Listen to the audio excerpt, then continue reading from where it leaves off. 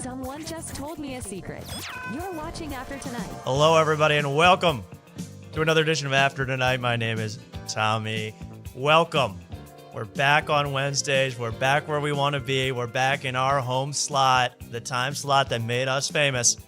8 o'clock Central, 9 o'clock Eastern, here on After Tonight. Wow, a lot has happened, even since last Saturday's show, not only in the world of sports, not only in the world of entertainment, but in the world of After Tonight.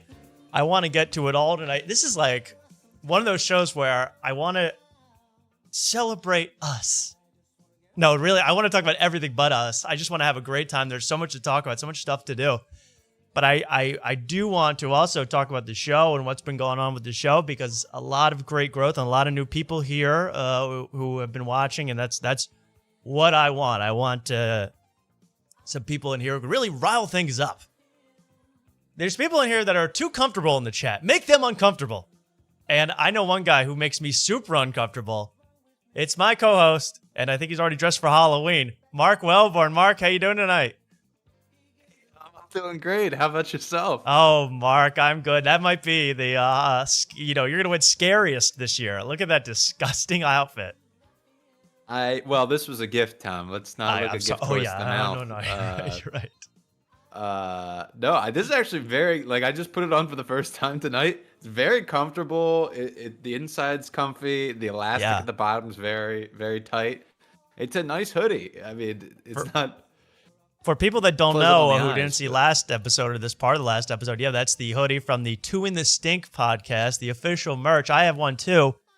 I actually will not put it on. I will not put it on my body. I feel like it's like the Sonichu medallion or that Joe Rogan horn of death. Like it carries some kind of curse with it. It was my fear. But you're brave. It's Halloween.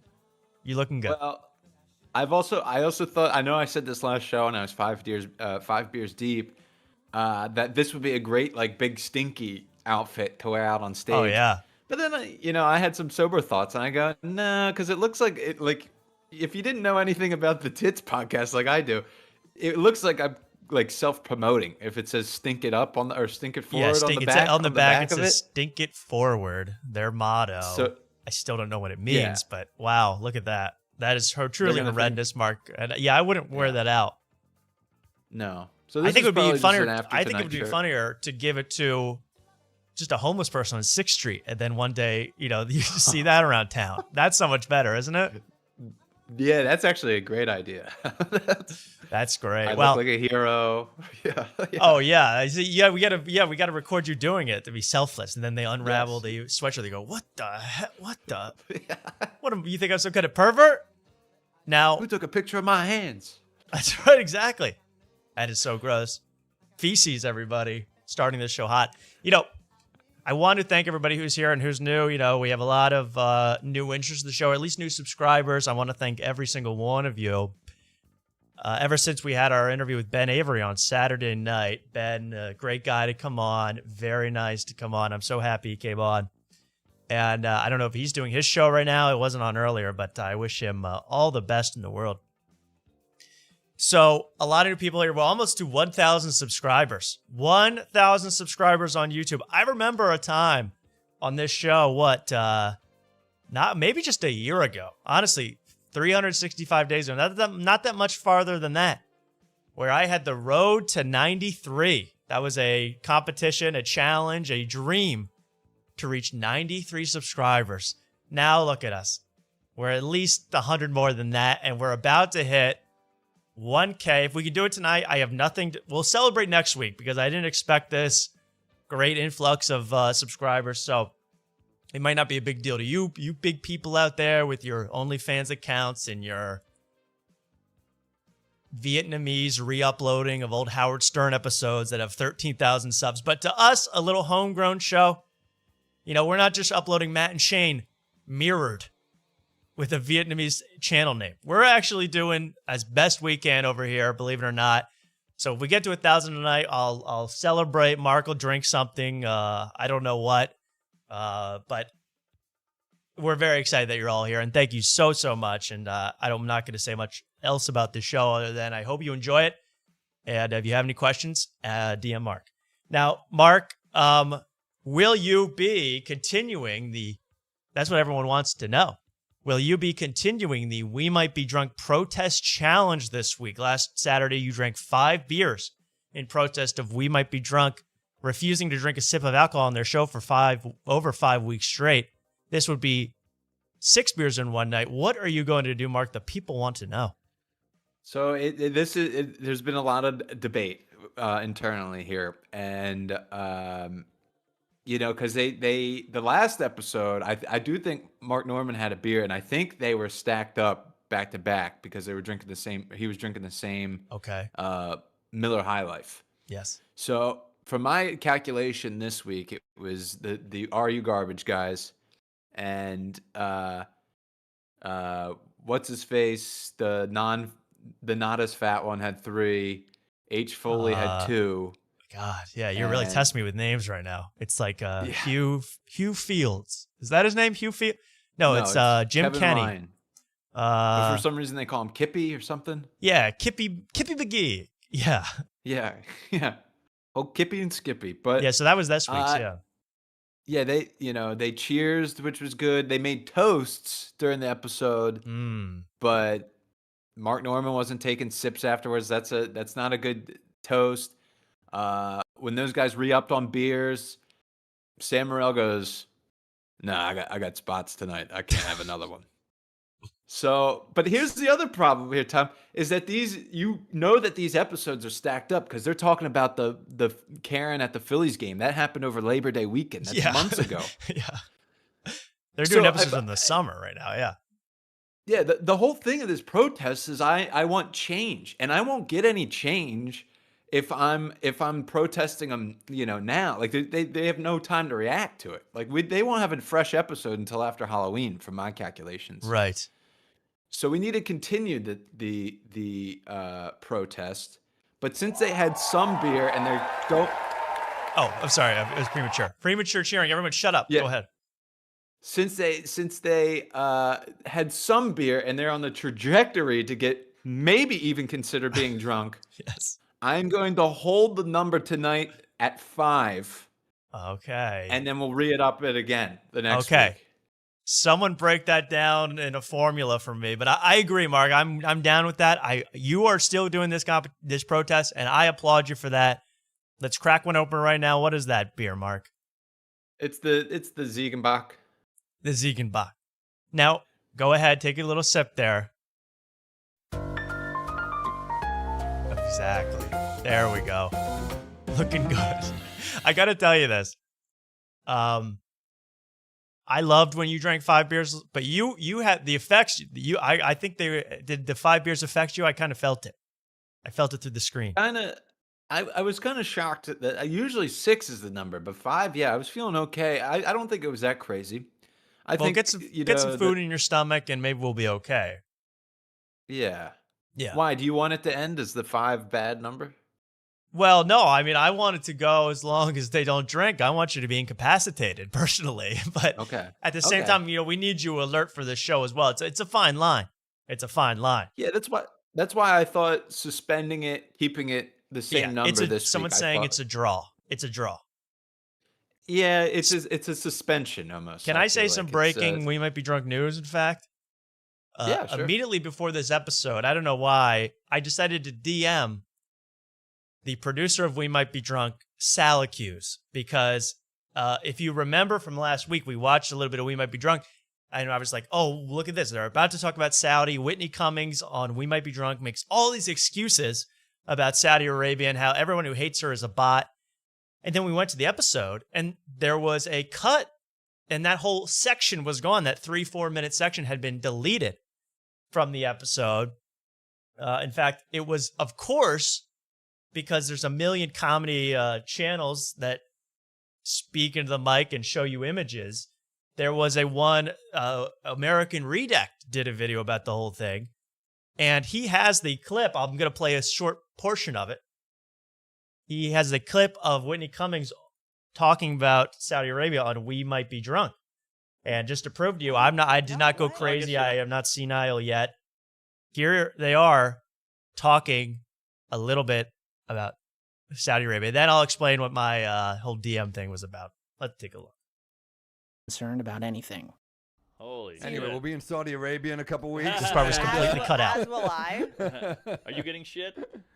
I don't care. No, what? Oh, I guess you're not looking. Yeah, it's all bots. I think if you're a woman working in Saudi Arabia, it's so deeply unfair that I will be forced to work when I'm there and read things and read a schedule. Good point. You won't have to drive. Yeah, I was going to say, at least they'll have a driver for me. Yeah. Yeah, I don't Sorry. care. Like, I don't. Are you on the road? The chemistry is bouncing off the walls. I can feel how fun this is for them. These 3 Saudi copers. But this is what it was. I mean, it wasn't much more than this other than her saying, yeah, it's bots. Yeah, it's mostly bots and people that don't understand. And even though she's doubled and tripled down on this was cut out of the final ep.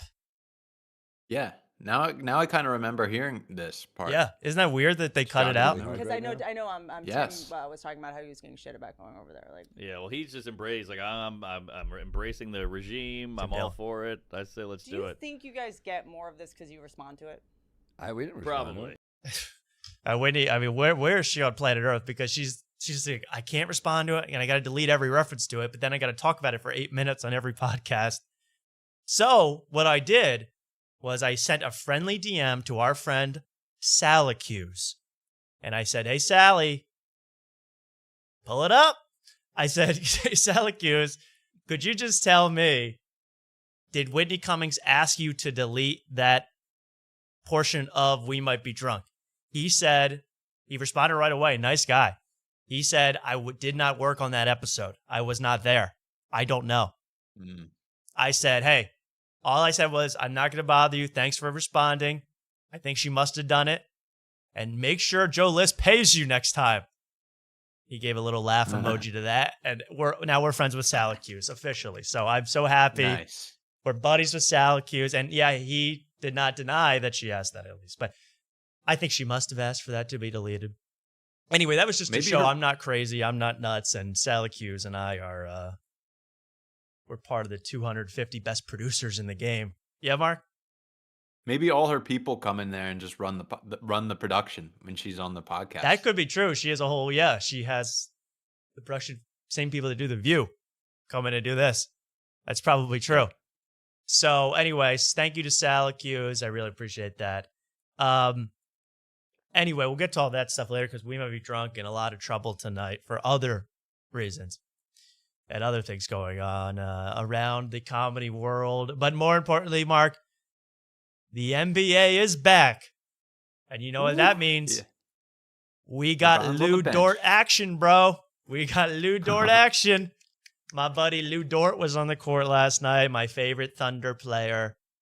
And they won a double OT. Everyone's like, oh, it's on NBC. It's on NBC. Look, the presentation's so much better on NBC. You still have to watch NBA basketball. Can everyone remember that? Can everyone remember that? Shea Gilgeous-Alexander is still doing the triple Lindy hop, 3 bump into 8 guys with his elbow pointed outwards. He's still doing all that. I can't stay on the NBA still, Mark, and I guess the Sixers are playing now. I couldn't care less. Yep. Paul George is out already. Really? It was that took like Yeah, a quarter. I don't. Did they even play? Did the Sixers even play yet? But I is know the first game. wasn't playing. Oh, maybe. Yeah. Right. Tonight? Oh, he's already out. Okay. I don't even know. He's already out. Yeah. I'm only worried about Lou Dort See- and Benedict Mathurin, my 2 favorite players this year. For sure. My favorite Lakers fan, Jeff Dye, was there. So Yeah. And All's Jeff well. Dye. How about this for Jeff Dye? We're not going to talk too much Jeff Dye tonight. I love Jeff, and he's recovering from his Mariners lost in the ALCS, so I'm not going to bother him. But the problem is with Jeff Dye, we saw a Instagram story of him. Maybe I'll just pull it up because it's probably gone now, right? Let's see. Mm. Let's see. maybe. Mr. Dye? Mr. Dye, please respond. Let's see. Oh, it's gone. It's gone. Here's what he did, though. He was driving to the game in a self-driving Cybertruck, listening to the band Fun. Oh, no. Mark, sing a little Fun for us. How does that even go? Tonight we are young. sober. Yes. And they set the world on fire. Something like that. Yeah, he was listening to Fun in his Cybertruck. I said, that guy's living the life. The funny thing was, he was like listening to it took me like a second to even ID the band, because I was like, oh, I recognize that voice. I hate it. And then he was listening to some like depressed, their like third most popular song on Spotify is like kind of like a low energy, sad song. I was like, what the hell is he listening? But then I was like, I recognize the voice because I was like, oh, tonight. Yeah, all the songs are band. exactly the same. Yeah, and I've never heard of anybody getting more than one song in to Fun's discography. No one's ever got more than one song into that. So Jeff Dye, we have a lot of music stuff in this show because Jeff Dye's into Fun, and I learned that my other pal who I want on this show desperately one day after his fall off, Hassan Piker. Hassan Piker is one of these crazy psychotics that is not into music. At all, Mark. All music. He's just not that interested in music. Period. That to me spells a real psycho. Yes, if you don't understand why, and I don't, and I learned this because I actually watched his podcast that he does with other streamers, and Gianmarco Cerezi was on it. And Gianmarco Cerezi is this theater kid, and he's singing the Broadway tunes, and it was nice. But then they did an ad for SeatGeek, and they're like, hey, that's where you can buy tickets to concerts. And I swear to God, Hassan goes, yeah, like you can buy tickets to concerts. And that's something that I would definitely do. Because when I want to, and he kept calling going to a concert, listening to music. That's how I knew he's like, when I want to listen to a band, I go to SeatGeek. That's not what you say, bro. That's not what you say. So he is so lost in the sauce, this guy. He's not into music. I mean, you really have to be a real lowlife to not be into music, period. Yeah.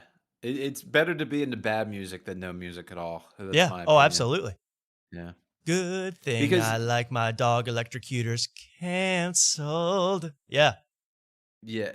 And the thing with Jeff is like I've kind of been on the Jeff a little bit here because like the posts he put on Instagram where you can like add a song, usually never a good song. I'm like, oh, what is he listening to? Yeah, I don't think he has the best taste. But that he needs his own personal stylist for music. They need to tell him, hey, you're gonna listen to George Thorogood today.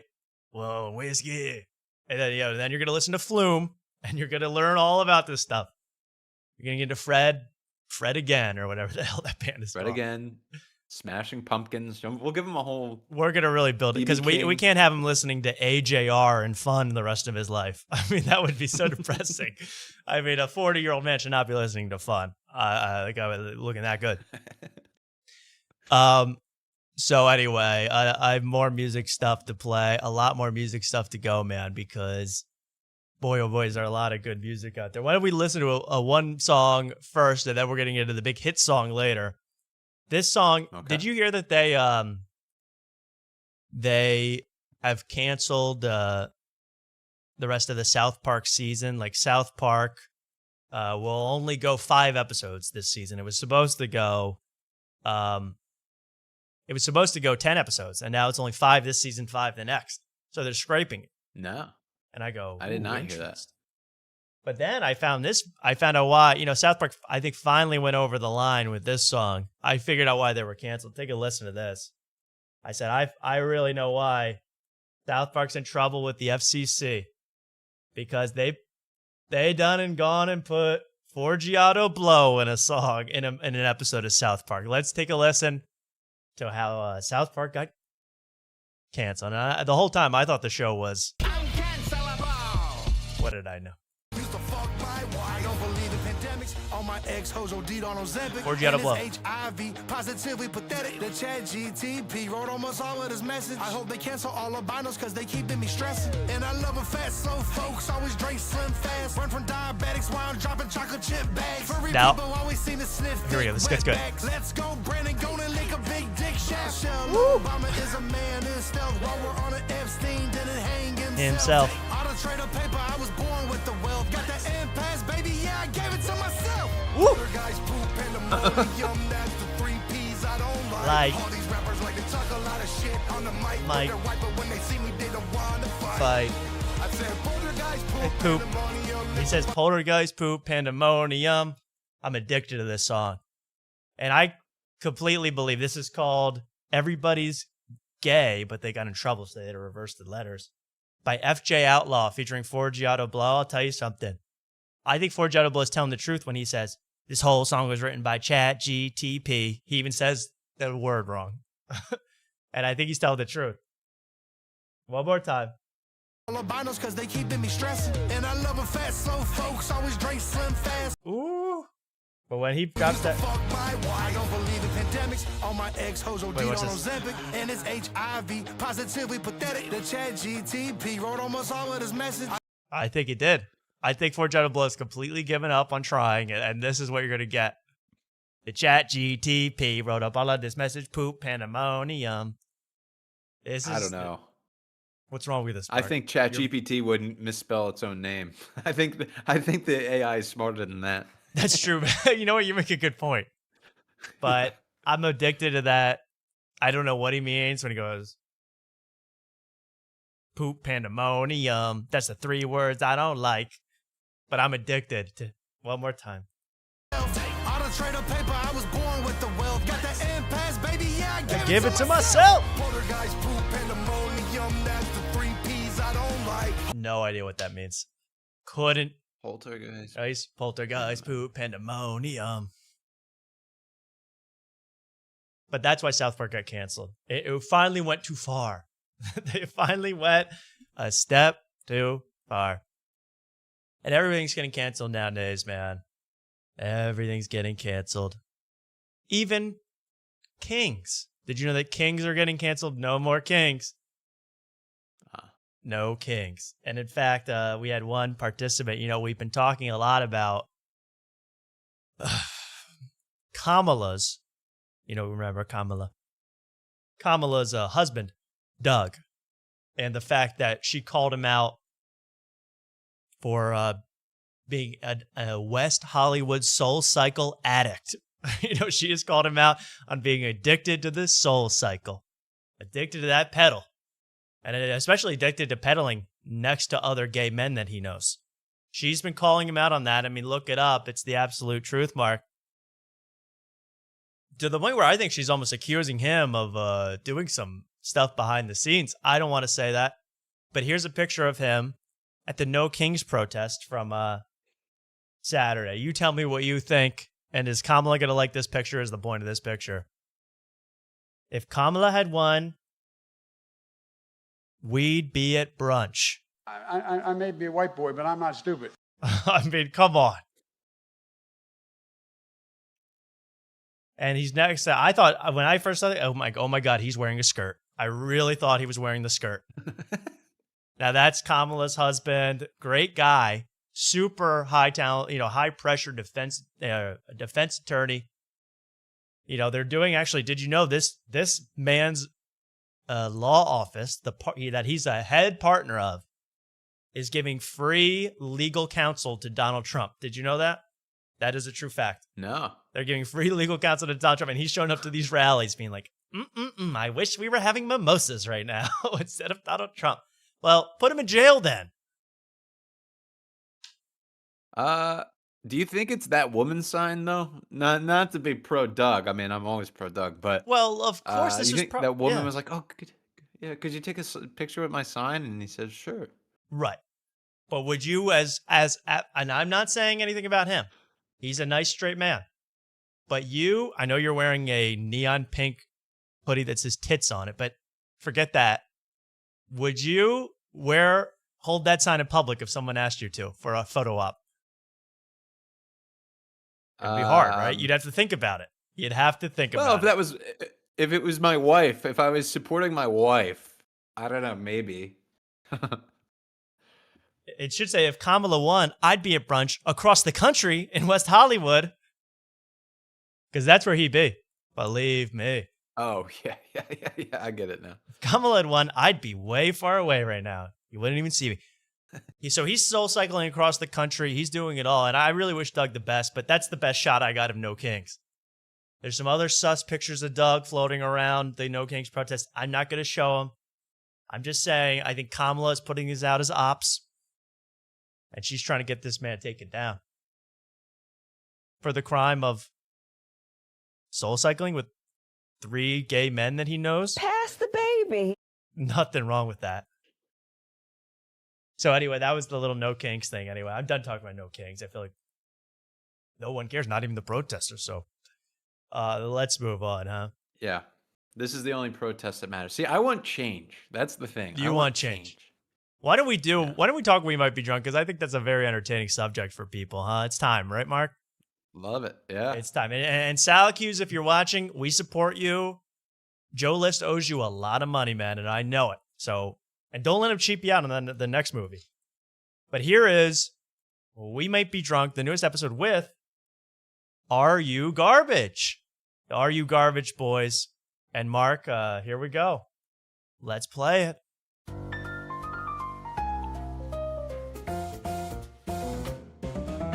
Oh my Hey, god. hey. Hilarious. Oh, okay. They start legs up. But here's the thing, Mark. One down before One down We Might already. Be Drunk even starts. They haven't even opened their Miller High Lifes. In fact, some of them don't even know how to open a Miller High Life. We're going to get into all of that. Well, Are You Garbage shows up in this episode, the podcast Are You Garbage? And I didn't even know that Ben Avery had a problem, our guest. You know, he said directly, F, Are You Garbage? He said that verbatim because they cheated him at that whole JokeWRLD bracket. We're going to get into JokeWRLD later. JokeWRLD dropped some gems over the last couple of days. But Are You Garbage shows up. That's H. Foley and, I have it written down, Kevin Ryan. Kevin Ryan, otherwise known as Fitzy, right? What's his name? No, Kippy. Kippy. Okay, Kippy. Kippy Muscoo. Now, they show up. They have a good time. And I really think I watched this whole thing, 2 hours long. I'm just like, is this what podcasts are going to be? I mean, when are they going to end? It's like guys in their mid-40s talking about times they farted. I mean, you got to be kidding me, Mark. Some of this stuff. You know, I had a new appreciation for this show when Ben said that Devin Acosta just watches this. So I can just see him having that on in the background. I'm like, wow, right. You know, we're cut from the same cloth. It's that's Devin Costa to you, Devin. I think Jim Acosta. Who's Acosta? He's like on CNN. He might watch this show too. But yeah, for now, I know. I love that. That's why I want to meet Devin Costa. I want to just. I don't need to interview him. I would love to. I don't need to interview him or anything though. I just want to sit and watch the newest We Might Be Drunk with him and DM Syracuse all my questions. That would be a dream night for me. That would be a dream night for me. Now, couple pops. Yeah, I would love. I mean, I would ask how long is that Pepsid on their table been expired? That's the next question I want to ask Syracuse. That's been in frame for now 4 straight years. But here they go. They're all hungover. They're all messed up, and it's funny. It's funny to watch. Like, I understand why people watch this. We watched it for fun because it's like beyond what you would imagine. Like the boring conversations that comedians have. It goes beyond that. It's so interesting. And in fact, what's my favorite part of Me Might Be Drunk when they. Well, I like when they drink, but that's not happening. I love when they talk about New York City. New York and New York City. And during this whole thing, I'm going to give you all a little task during the watching of this. Just while you're watching, just pay attention to H. Foley. He's the bigger guy you're going to see come in. Watch him and watch his action with his own thigh. He spends a lot of time tapping that thigh with his hand, grabbing and scratching and grabbing that thigh. I don't even know if he knows he does it. But that's just a secondary objective. Just watch that as we go. But a little New York talk, because I cringe every time I hear any New York stuff. Hey, you can get a slice of pie at midnight. I mean, this is the city that never rests. You can get your foreskin cut off at 5 a.m. I mean, if you can do it here, you can do it anywhere. I ended up being great, but she was like, the one woman's like, oh, you guys spend your time in New York? Or are you going to be here mostly? I'm like, I can't walk away. Look at that tap. From New York. Show business? Are you a comedian? Are you an entertainer? Why am I talking to you? Why am I talking to you? Dude, there's something about But then that she's like, cold why? And I'm like, I don't know. But even if I'm just coming up and I don't have spots, so I'm coming up to like record the pod. You get in the city and I'm walking on 6th Ave and I'm like, yeah, this. Yeah, you get. I can't explain It it. smells like shit. But I'm part of the city. I struggled here for so long. Crazy. We have it now, and we're like, And the city's moving. Yes. It's always moving. The energy, People are- the energy is good for comedy. The second I'm around total quiet, Said the same thing about Norristown, Pennsylvania. I mean, it's always bustling. Always a guy named Otis crashing into stuff. It's always something happening. I feel, dude, when I'm in LA, I'm I blocking feel the so tap. isolated. I'm blocking the tap. If I block the tap, I'm really sorry. But the tap is right above my Chrome Dome right here. Take a look at my tapping. And Tapping I'm on the like, H. how do Foley's I door. fucking create stuff here? I don't know. LA, I'm okay. I always feel like that I don't mind. Yeah. But It's still a city. yes, but just and plus it's fucking Hollywood. You know what Sure, I mean? sure. So in the back of your head you have that, but Can't beat New York. The stimulation, the energy you got in the street. Any city where Chicago's got it too. You can get stabbed, robbed, run over. Anything's possible here.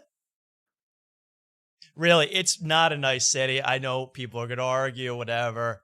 But I'm telling you, I was thinking about this. I'm like, you got to admit, New York, you can get a lot of stuff done, a lot of financial stuff, a lot of greed goes on. It's a nice city to do a lot of stuff like that. Hang out in Soho with your artist friends. But I'll tell you this, you're living in a rat hive, whatever that would be called, where a bunch of rats live. That's where you're living. And you got to get used to the fact. So if you're going to be like, if you're like Karen Feehan and going, I live in the most desirable zip code in Manhattan, you live on top of the rat pile. So get that straight in your head before you start bragging to poor people about how you live in the nicest zip code.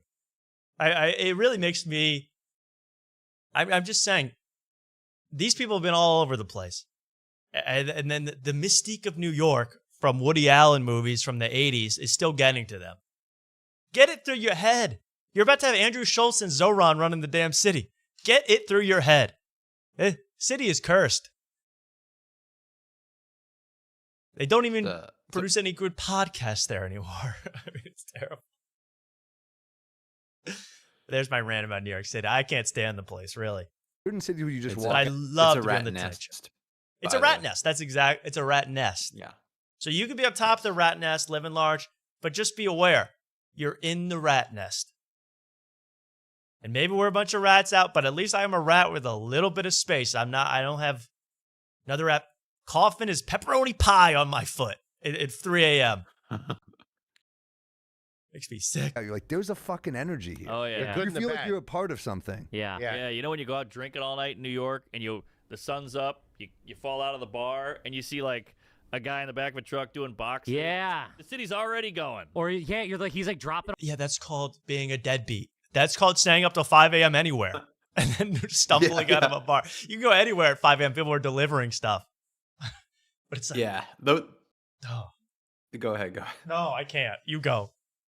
No, the worst is when you stay up all night and you hear birds chirping and you're like, oh shit, I stayed up way too. Yeah, you feel like a piece of crap. When you hear that. Yeah. I've done it. Everyone's done it. But then, because it's New York,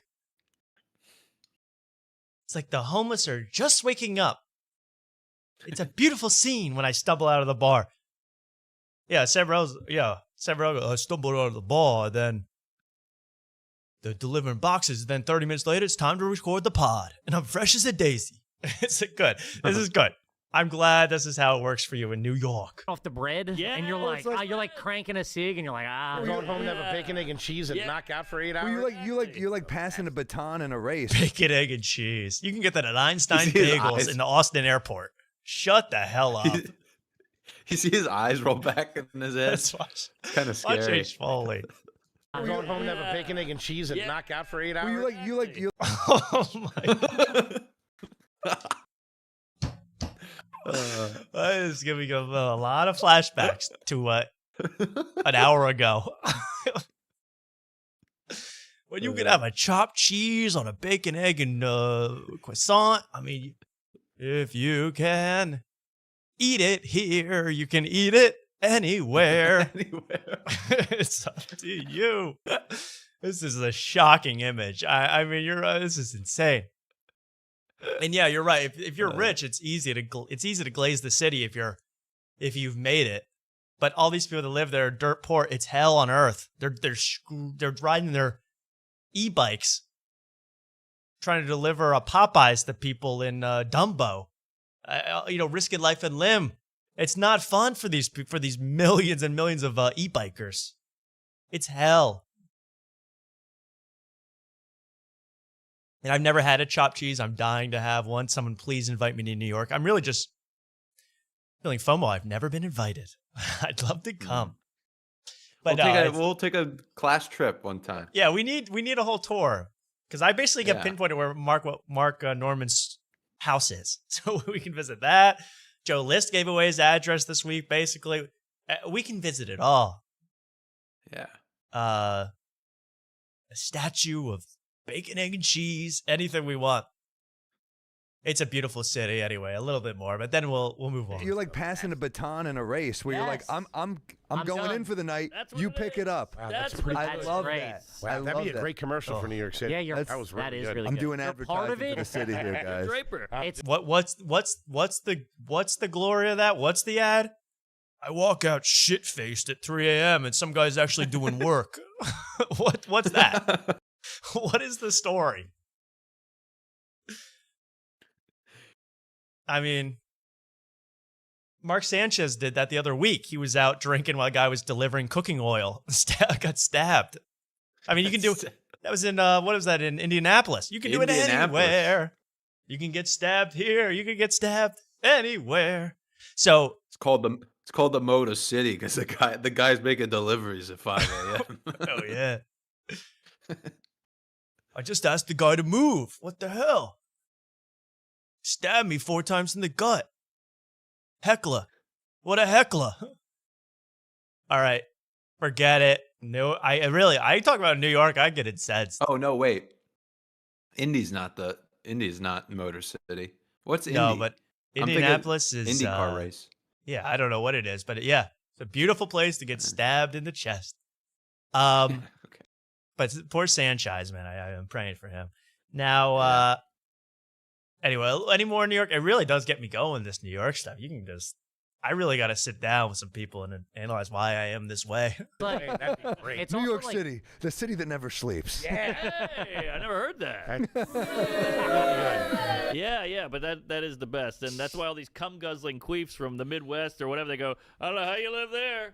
I don't know how the rent's $1 million, your apartment's the size of my sister's dick, and the fucking. It's pretty big. Hey, Mark Norman, if the Midwestern queefs didn't go to all your shows, you couldn't afford your stately clothes or whatever the hell you buy, wherever the hell you get your clothes. Your clothes curated you from some algorithm. He's doing ads now for that. Oh yeah, It's I got all that over queued. my I got that Instagram. queued up, Mark. Don't you worry. That's queued Okay. up, ready to go. The ad that I thought was a parody. I mean, it's I thought it was a joke. Let's just show that because enough of New York. Okay. I mean, yeah, way to diss the entire audience. I mean, I'm happy to diss New York.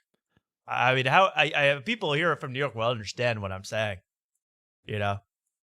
But you're gonna just say, "Oh, I don't know how you could live there." Again, you guys couldn't make it in Iowa. You couldn't make it in Iowa, Mark Norman. You really couldn't. I'm in the subway. You're like, yeah, I don't know. And by the way, we never say that to you. Dayton, Ohio. How the fuck do you do that? I No. know, exactly. I mean, Didn't I they just see the. say that. You just said that.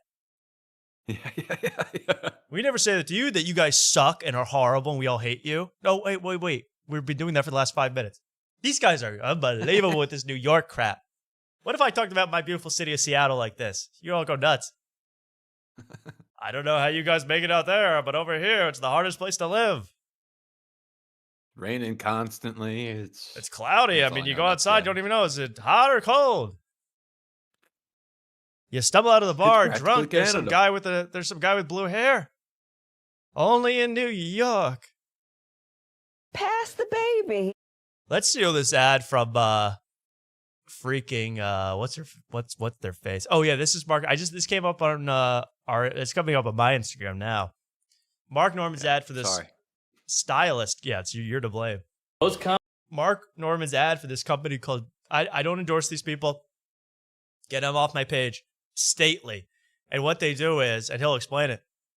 It's for, people with some money who are incredibly lazy and say, "Hey, I just want an algorithm to pick all my clothes for me and deliver them to me. I'll just put them on." And tell me what you think when you see this outfit by Mark Norman. When I saw this, I go, oh, it's one of those ads where he's going, "Hey, I know I look like shit now, but when I shred all these clothes, you're going to see a nice outfit from Stately." No, this is what Stately put together for him to wear. 18 layers of just workwear. I mean, you gotta be kidding me. Looks like crap. And I was like, oh, well, he's going to take off the jacket, and then he's going to take off the other jacket, and he's going to take off the thick flannel, and then he's going to take off the undershirt. And then, pow, he's got a beautiful Hugo Boss button down. But no, this is his look. This is his look. Comics look like they dressed out of a suitcase. Me? Looks like I found a mirror. Hey, I'm always on the road. One suitcase, no system, just chaos and hope. And my clothes still match. Wild, right? Stately sends me outfits every month. Full ones. Picked by a stylist who clearly pities me. Premium brand. Is laughing all the way to the bank, this stylist. I mean, he doesn't have no effort. Bonus pieces. No more shopping or crying in a dressing room. If your life's a mess. And he get that nice smug look because he knows he's dressed for, remember New York City in the movie Day After Tomorrow? That's how many layers he's prepared for that. When the whole place freezes over in 24 hours. I mean, take off your clothes, man. I don't like to say that to another man, but you're wearing too many layers. But you still want to look human? Take the quiz. Yeah, this is what it is. You take a quiz, they put you into a category, and they say, okay, this guy's going to wear discount outlet workwear. Okay, good. The date. Maybe it's a date. Maybe it's a court meeting. Maybe it's a court date. Maybe it's a date with a beautiful woman. Maybe you're stumbling out of the bar with puke all over your jacket. Anything. Let Stately make you look like you actually have a plan. That does not look like you have a plan, that outfit, Mark Norman. Does it look like you had a plan? Looks like he thrown everything that Stately gave him in a box and called it a day. It's supposed to last several months. All right, Mark, go ahead. No, good. No, I just can't make. I have actually no comment on this because of out of context, seeing what I'm wearing. No, you look great tonight. You look great. Thank you. I think I look pretty in pink, don't I? Oh, beautiful. Thanks. I was trying to come up with a sound effect for that. Oh yeah, beautiful, badass. Here we go. Oh, and I did this, just for fun, just to show. I said, hey, pay attention very closely to H. Foley's thigh tapping, and I don't want to wait for this any longer. I put this together for you. This is a little montage. And it's time to get another drink, Mark. It's time to relax because we have a little music to go along with this. Enjoy the montage of H. Foley on the drums.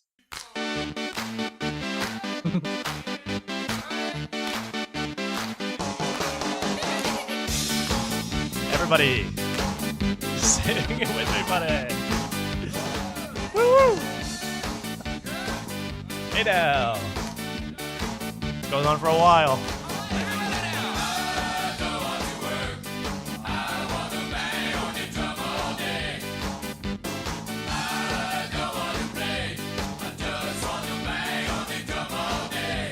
Goes on for a long time.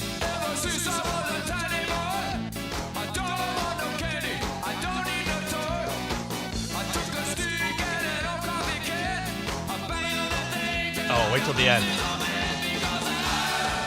What a song. Todd Rundgren, everybody.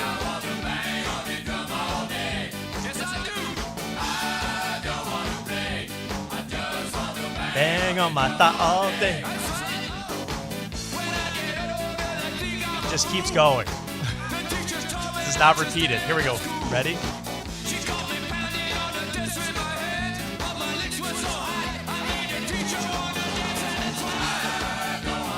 Watch this ending. You're gonna go nuts.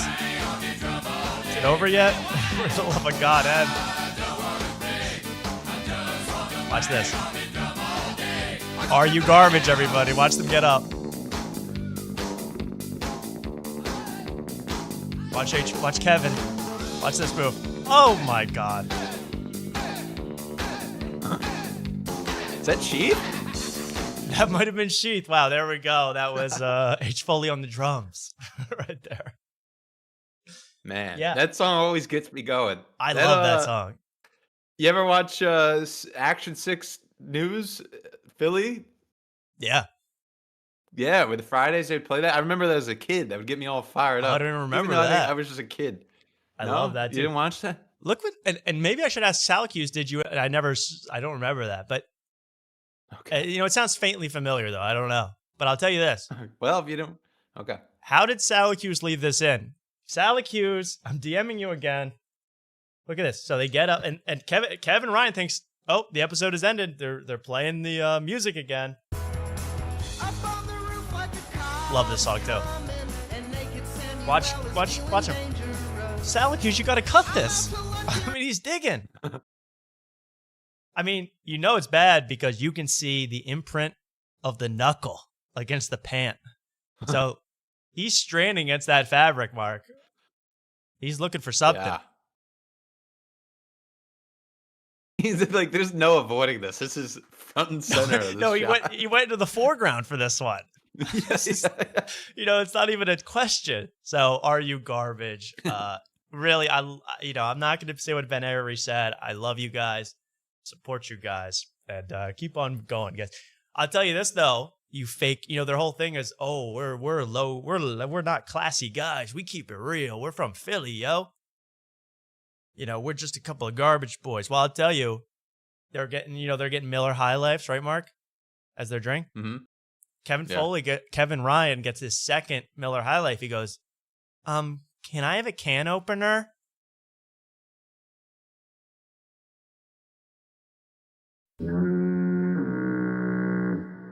Anybody who's anybody knows it's a twist off. And if you use a can opener, a bottle opener, to open a freaking Miller High Life, you might be faking being trash and drunk. Well, hey, to his defense, he was the only one that he drank the most on the episode. So, he may have been the drunkest. So He may have been. I think he had a Gets a pass in flask. my I think he also had a flask in his back pocket. I mean, if you know what I mean. All right. Well, enough of these boys. They really did well with that. So, Salacuse, if you're watching, please explain. Why didn't you cut that? Are you mad at Are You Garbage, or was this a rookie producer? Was it rookie He's because pissed about them? Oh. He's probably pissed about being owed money from so many other podcasters. Joe List. Should we do Tuesdays with Stories, because it is pretty funny too? There are like a couple of things that make me laugh. They're sister shows, so I think they would go well after each other. They pair well together, don't they? They do. Yeah. They pair well. See, this needs to be like the Joke World podcast roundup, where it's like Mark Norman was on this show, now Mark Norman is on that show, and then Joe List was on this show, and then we'll just keep circling around, just like the whole world. I agree with you.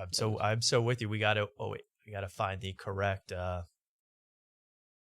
things here, but we'll pull up Tuesdays with Story, which is Joe List and Mark Norman. So you get a lot of repeat stories here, but it is great. And then, believe me, we have Tyler Fischer stuff coming up. Joke World. Jimmy Fallon is in the news, of course. Where the hell did it all go? Yeah. What the hell, Mark? It's called Stinky Pies. Let's see. We'll watch the glorious intro for a second. What the hell happened here? Oh, here we go. So, my straight thoughts from this episode, I just got to say, Joe List is becoming Bill Maher. He is becoming, and he likes Bill Maher, he's becoming curmudgeonly, he's becoming a know-it-all, and he's really getting into Maher status. He was just dissing Maher, he's getting into Maher. He's becoming Maher very slowly. I'm so excited to see it happen, but I could see it because he said some nasty stuff, but I'm not going to get into that because it's not interesting. But here's more Saudi stuff, huh? A little bit of stray Saudi talk because they still try to get over this thing. Still try to get over the hump. Yeah, Mark? I know we criticize outfits on this show, but I love that. I love that Joe List shirt. I love the Hungry Caterpillar. I like the very Hungry Caterpillar. Yeah, it's the last book I read. I love it. It's actually one of my favorites. But shorts. Okay, we got ultra short shorts at a low angle. Oh, it's just asking for some money shots here, and I'm not going to show them to you. I'm not that sick. But yeah, again, it's not even short season anymore in New York. Or this was probably recorded like August 2023. So, I mean, who knows? Yeah. Who knows? But a little festival talk, a little Saudi comedy because, again, they don't really know how to handle this. And even Joe List is defending. He was not even invited, but he's defending Mark Norman.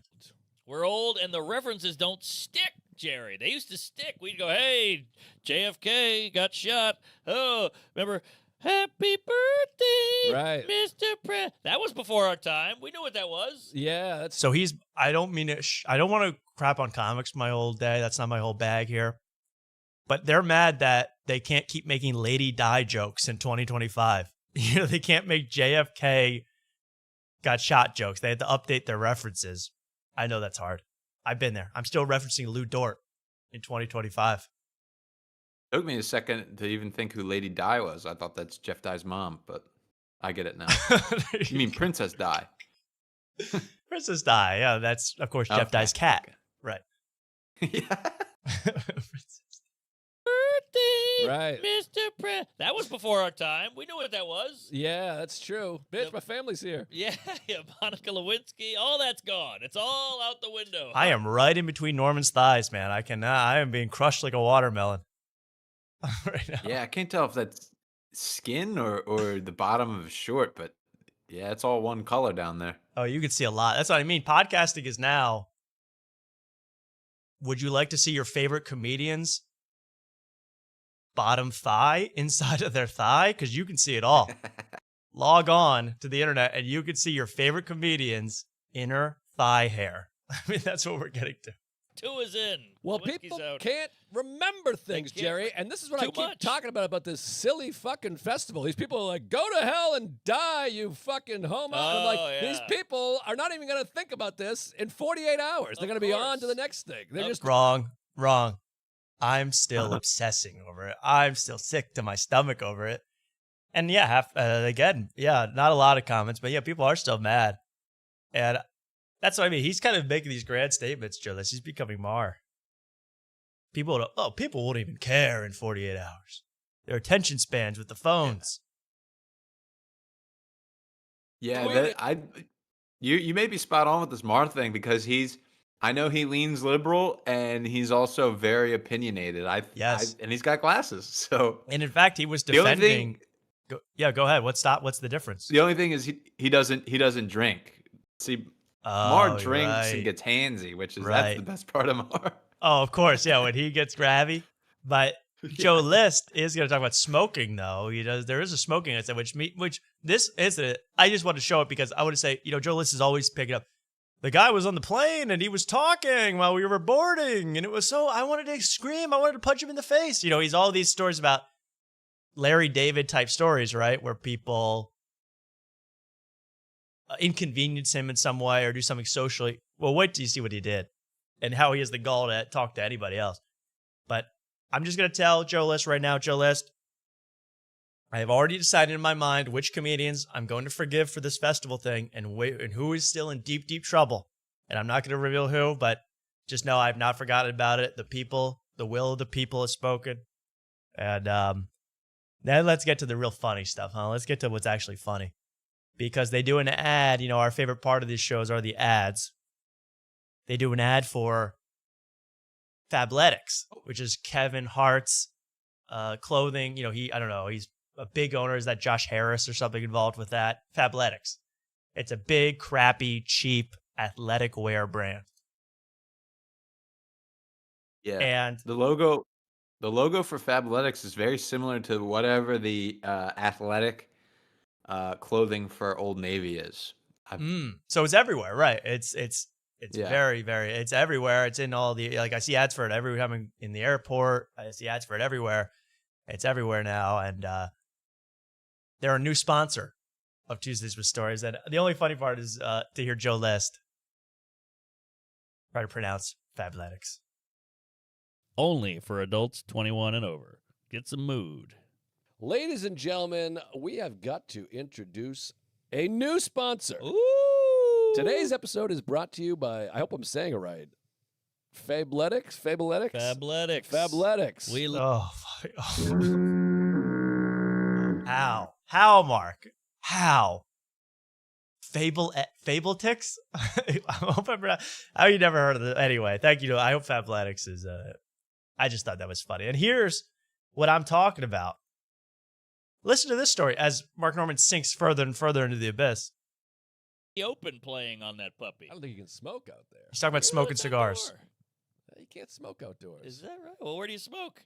I smoke on my balcony, and I upset some people because the people above, the smoke went right in the window. Ah, but they couldn't pinpoint me. Oh, good. So they were like, there's somebody smoking out there, and then the guy, the super in my building, he's a smoker. By the way, this is also called, you know how some movies are in IMAX, some movies are in 4DX. This is shaky foot cam. So you get shaky foot cam, and I need to be in 4DX for that. I need to be bouncing when Joe List is talking because this is a bouncy episode. But how about that? He's blowing cigar smoke directly into the apartment above him and then hiding. And he has the nerve to get mad at other people for when they take his seat on the subway. I mean, you gotta be kidding me. Yeah. Well, it's New York. Oh, it's New York. Smoke everywhere. Of course you gotta have your baby inhaling my smoke. It's New York. And again, what are you seeing? You're seeing me undies out of this. I mean, you can see Joe List. You can see Mark Norman's everything. You see Sheath. So anyway, I just thought this show, he's becoming Bill Maher. That's all I really have to say about that. I don't want to get into it anymore. It's really upset me, actually, this whole New York thing. Can we move away from New York for a minute, Mark? Yeah, absolutely. You've struck a nerve here. I can tell, man. Oh, it really does bug me. I had to talk you down from a ledge this week. You telling me about podcasts in Austin that you're upset about? Yeah. Why do you even watch them? We don't even discuss them on the show.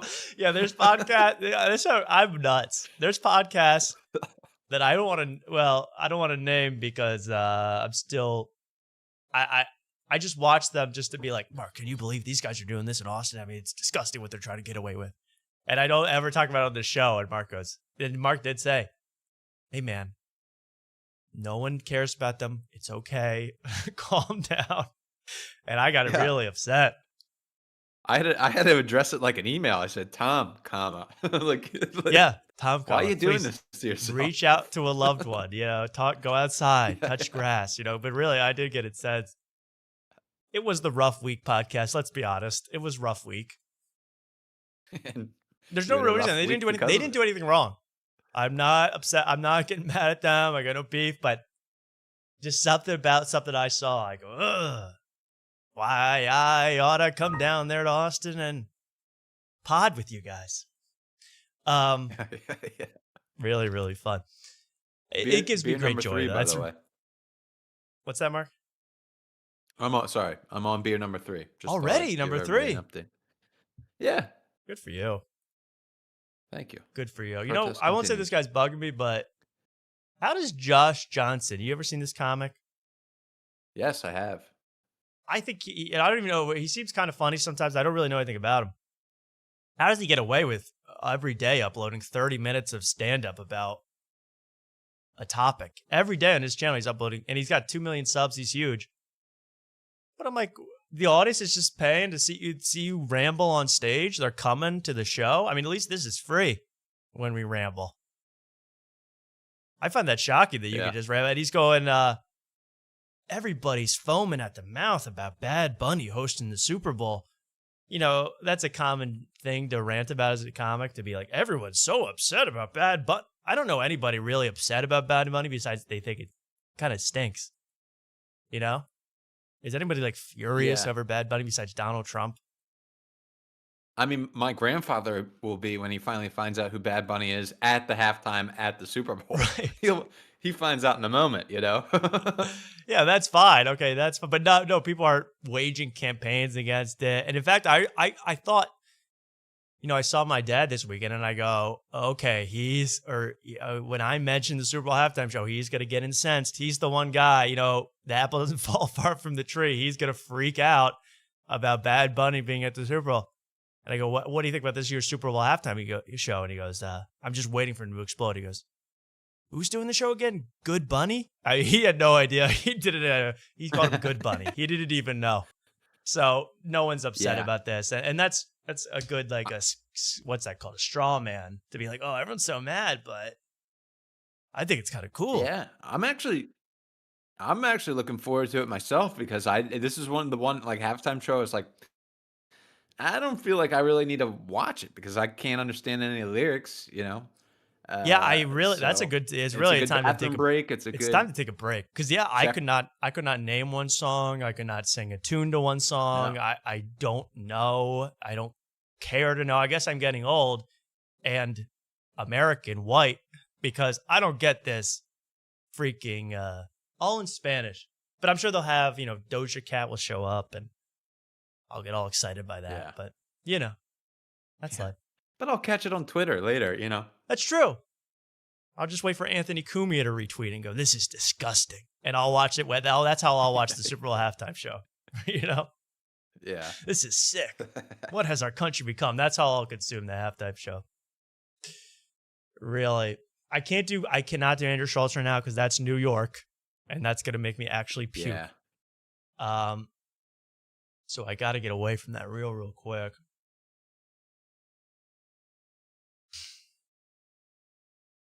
Let's do the top 50,000 songs of all time countdown.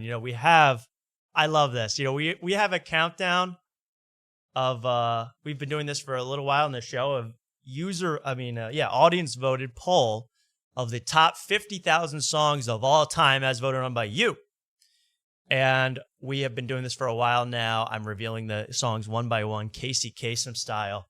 And now I believe we're at number, if I got to look this up, I think it's 49,974 of the top 50,000 songs of all time. And this one is a total gem. It's brand new, too. And it's actually by Vince the ShamWow Guy with a special writing credit that you won't believe. But let's go and listen to it. The song came out 6 days ago on YouTube. And the song is called,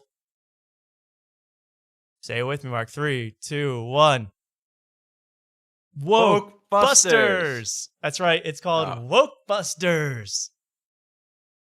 I ain't afraid of no woke. I ain't afraid. Yeah, wait till you hear this. This is the song. This is going to be stuck in your head all week. You're going to love this. And it's a music video. It's brilliant. The ShamWow Guy featuring Valentina Gomez, who I guess is running for some kind of office in Texas, right? Yeah, apparently near me. I think I may be able to vote for her. Wokebuster. I'm gonna do a write-in for Wokebuster this year on my election. Yeah. I'm voting in Wokebuster. Let's listen to it. This is outrageous, this song. We gotta watch it full too, right? Yeah. Okay. Shoot, Vince. Oh. Okay, so you're probably saying, wait, no, Tommy, you're so off. This song must have came out in 2016. Okay, but no, you're way off. This is 2025. October 2025. And he is Vince from ShamWow is a Ghostbuster, but a Wokebuster. And how does he get rid of woke? You'll see. It's kind of strange and off-putting how he gets rid of woke. I don't really understand it, but watch. Trance. Wokebusters. Oh, I see. Watch what he does. Wow. So he's actually So he's actually, now this might be from 2010 because he's using Mentos and Diet Coke trick, the viral sensation, to spray Coke on trans people. This may be my 5th time watching this, and I just there's so many things to pay attention to. I just figured that out. I just noticed Coca-Cola now. Okay. So this really is like, I thought it was a tits thing. Yeah, that's what we were doing here. I thought it was disgusting. I thought it was, yeah, but this is really like, it looks like it's like out of a what are those things you bury in the ground to find like 20 years later? You know, it's a time capsule. Those. Yeah, time capsule. I was like, this must be a time capsule from 2012, but with the word woke. No. Mentos and Diet Coke. And he's looking good, too. Yeah. This one's so, I'm like, okay, go, I gotta play.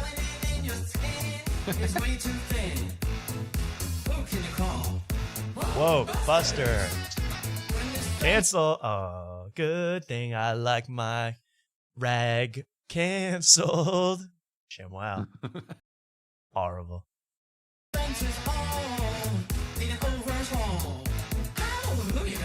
Kanye. Jesus? Is that Jesus? I guess Jesus is canceled. Yeah, I think he's trying to be Jesus here. Oh, is that Vince too? Yeah, I mean, for a guy that's against woke, he has about 9 different outfit changes into dresses during this thing and skirts. Yeah. And it's pretty outrageous.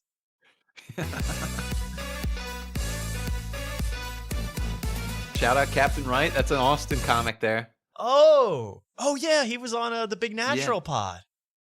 Yes. He's a Austin comic. The nice guy. Yeah.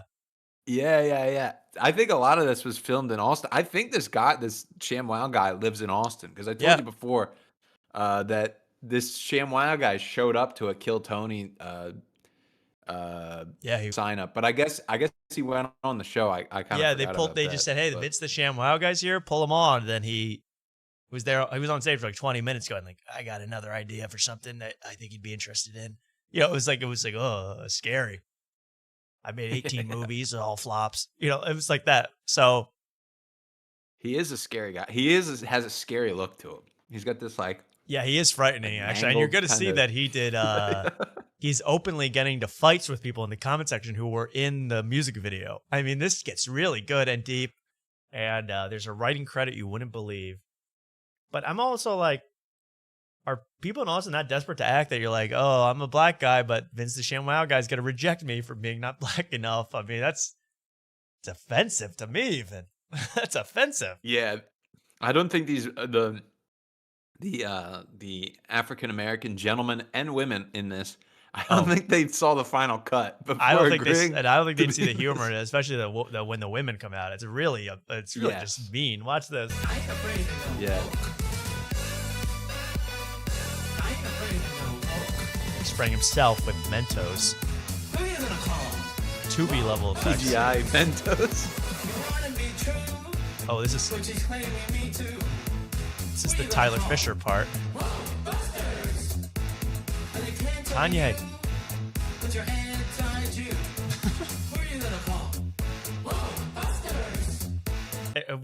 What was the point of that? Of stripping the black guy naked? What the hell is going on, Vince? It's a metaphor. You don't see the artistic thing that they're stripping Kanye from everything because he's anti-Jew. Oh. That's another thing is funny thing about this guy. You got to look into this guy's history because I sure did. This guy was born in Israel. Vince ShamWow. His name is Vince Offer. But his actual real name is Offer and then like Shalomi or something. Like it's very Jewish. And he changed it to be Vince Offer. Right. Yeah. Vince Deal. But Offer is his first name. Right. Vince Contract. And now he's going out. Yeah. But now it's like anti-Jew. I mean, it's crazy. Anti-Jewish propaganda now. I love this.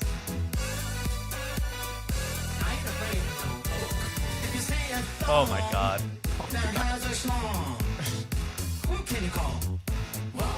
That's Valentina Gomez, right on the right? Or yes. Oh, it is. I think so. I think so. She's definitely in another part, but she's running for actually elected office in this country in 2025. That's what you have to look forward to, Gen Zers. This is what's in your future.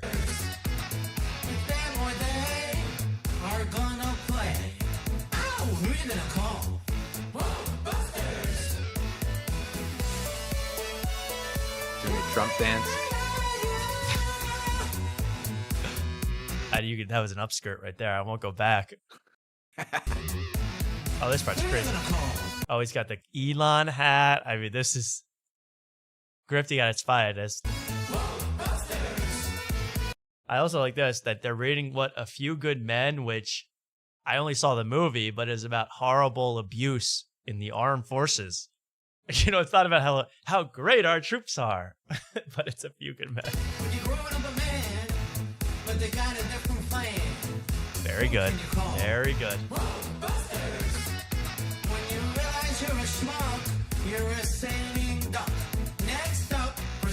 I mean, who allowed their kids to be in this? I mean, you gotta be a sicko. I hope they're all their children. Like it's like the Valentina for Congresswoman. Yeah, I hope they're all her kids.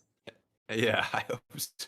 Because this guy looks like a guy, you know, he's go, oh, no problem. I got 5 kids for you tomorrow. Don't worry about it. I'll bring them to the set. You're like, where are you getting these kids?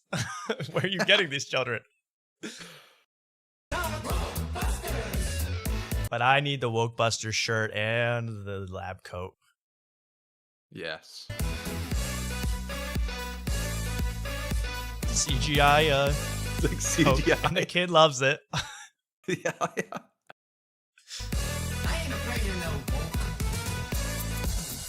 Oh, this is just out. This gets like outrageous. Yes, and that is definitely shot in Austin because I could tell by the trees and that kind of fencing is all over Austin. Right. I can't believe I missed this, dude. Oh yeah, I mean, how do you not? You gotta volunteer for the next music video, Wokebusters 2. I know. I gotta talk to Captain. I gotta see how I get on. You got the hookup. Oh, I talk about disgusting angles.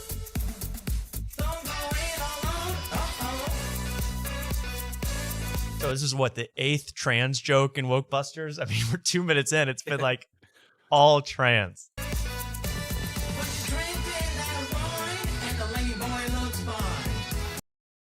Vince, I mean, as for a Wokebuster, you sure are like putting on these outfits.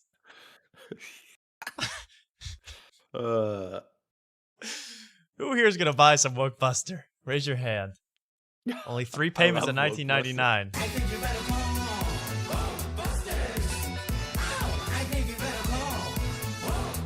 So I mean, Vince, you spent a lot of time looking like a sloppy woman for this one, man.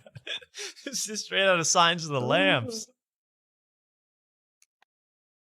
Yeah, Mark, you please volunteer to be in the next one. I mean, I would kill. I know. I got after no. There's a November date. After the first week in November, I'm back out on Kill Tony. Hopefully, I'm back out on Kill Tony. I'm back out on the scene. That's what people are saying in the chat. Mark needs a lot more cameos. We need Mark out there. I agree 1000%. Yes. Yep. Yeah. I mean, especially in any future ShamWow production. It gets even better. Don't worry. Oh, this part's just offensive. So it's like a.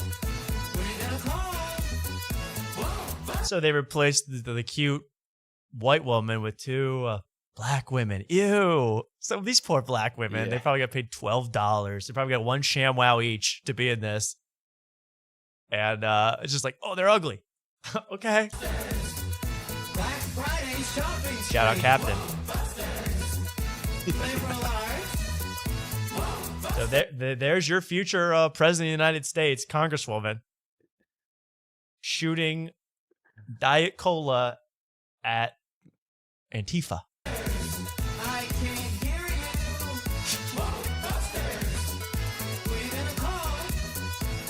Yeah. She's gonna be debating AOC one of these presidential elections. Well, I can't wait. I'm gonna be AOC. Pull that up. Pull this video up. Again, it's like how much time did you storyboard yourself sleeping with a man and when you're in a dress? I mean, this is the third scene where you and then you spray yourself with Coke. I mean, you're a real crazy person. And what? Blackwashing? They got rid of the black people from the box. I don't even know what that means. Well, yeah. I can hear you. Wokebusters. Oh, my favorite part. Straight out of South Park. Wait.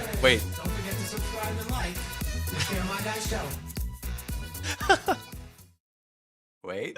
Oh. No. I'm going to be sick. I'm going to be sick. Yeah. Oh, my God. I'm going to be... The original Wokebusters. Dedicated to Charlie. And yeah, in fact, that is disgusting, man. That is so sick. Dedicated to Charlie Kirk. But...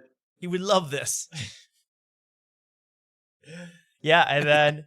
he's looking down from heaven saying, oh, what a great song. What a great world that was left behind.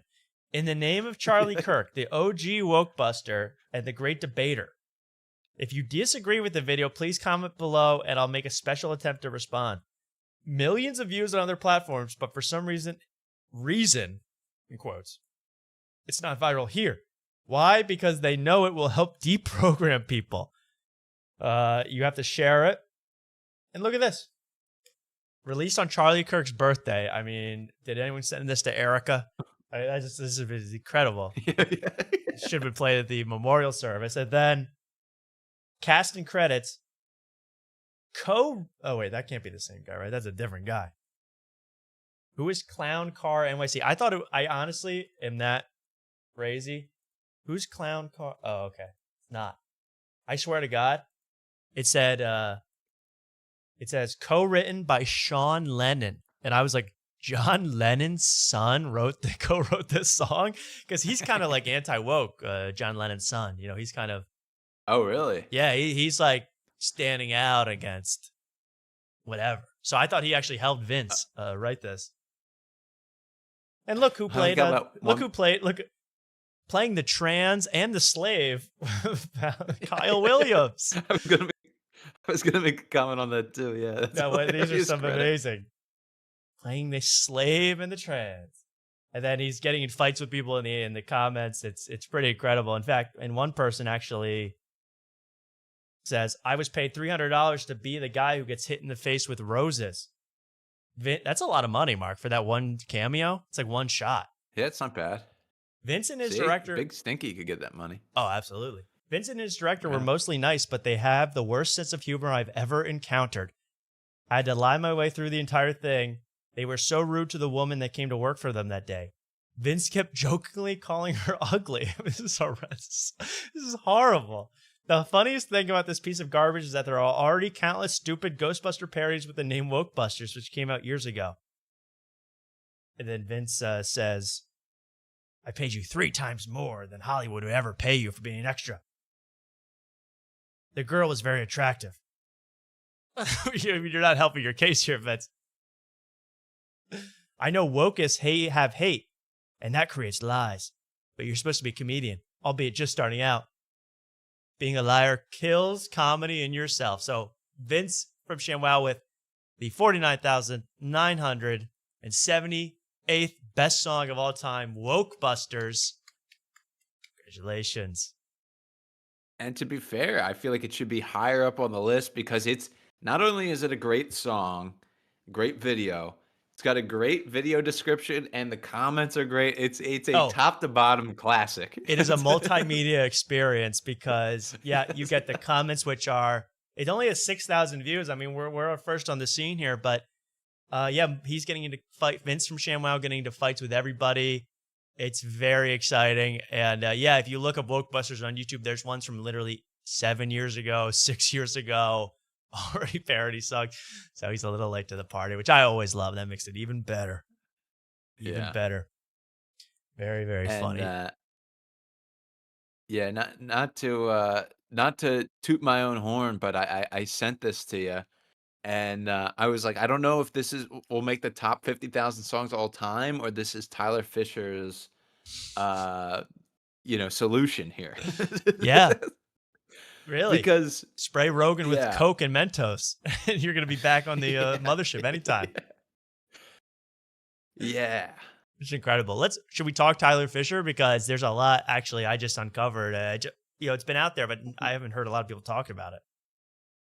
Well, I just want to say, it's like the thing about this is like, because I've looked up this guy's story before, and like he got accused of like, he tried to pay one of his like production assistants for her egg, like $20,000 to go on vacation and for her eggs allegedly, and then got like in trouble for biting like a stripper's tongue or something, or no, the stripper bit his tongue and then he like punched her.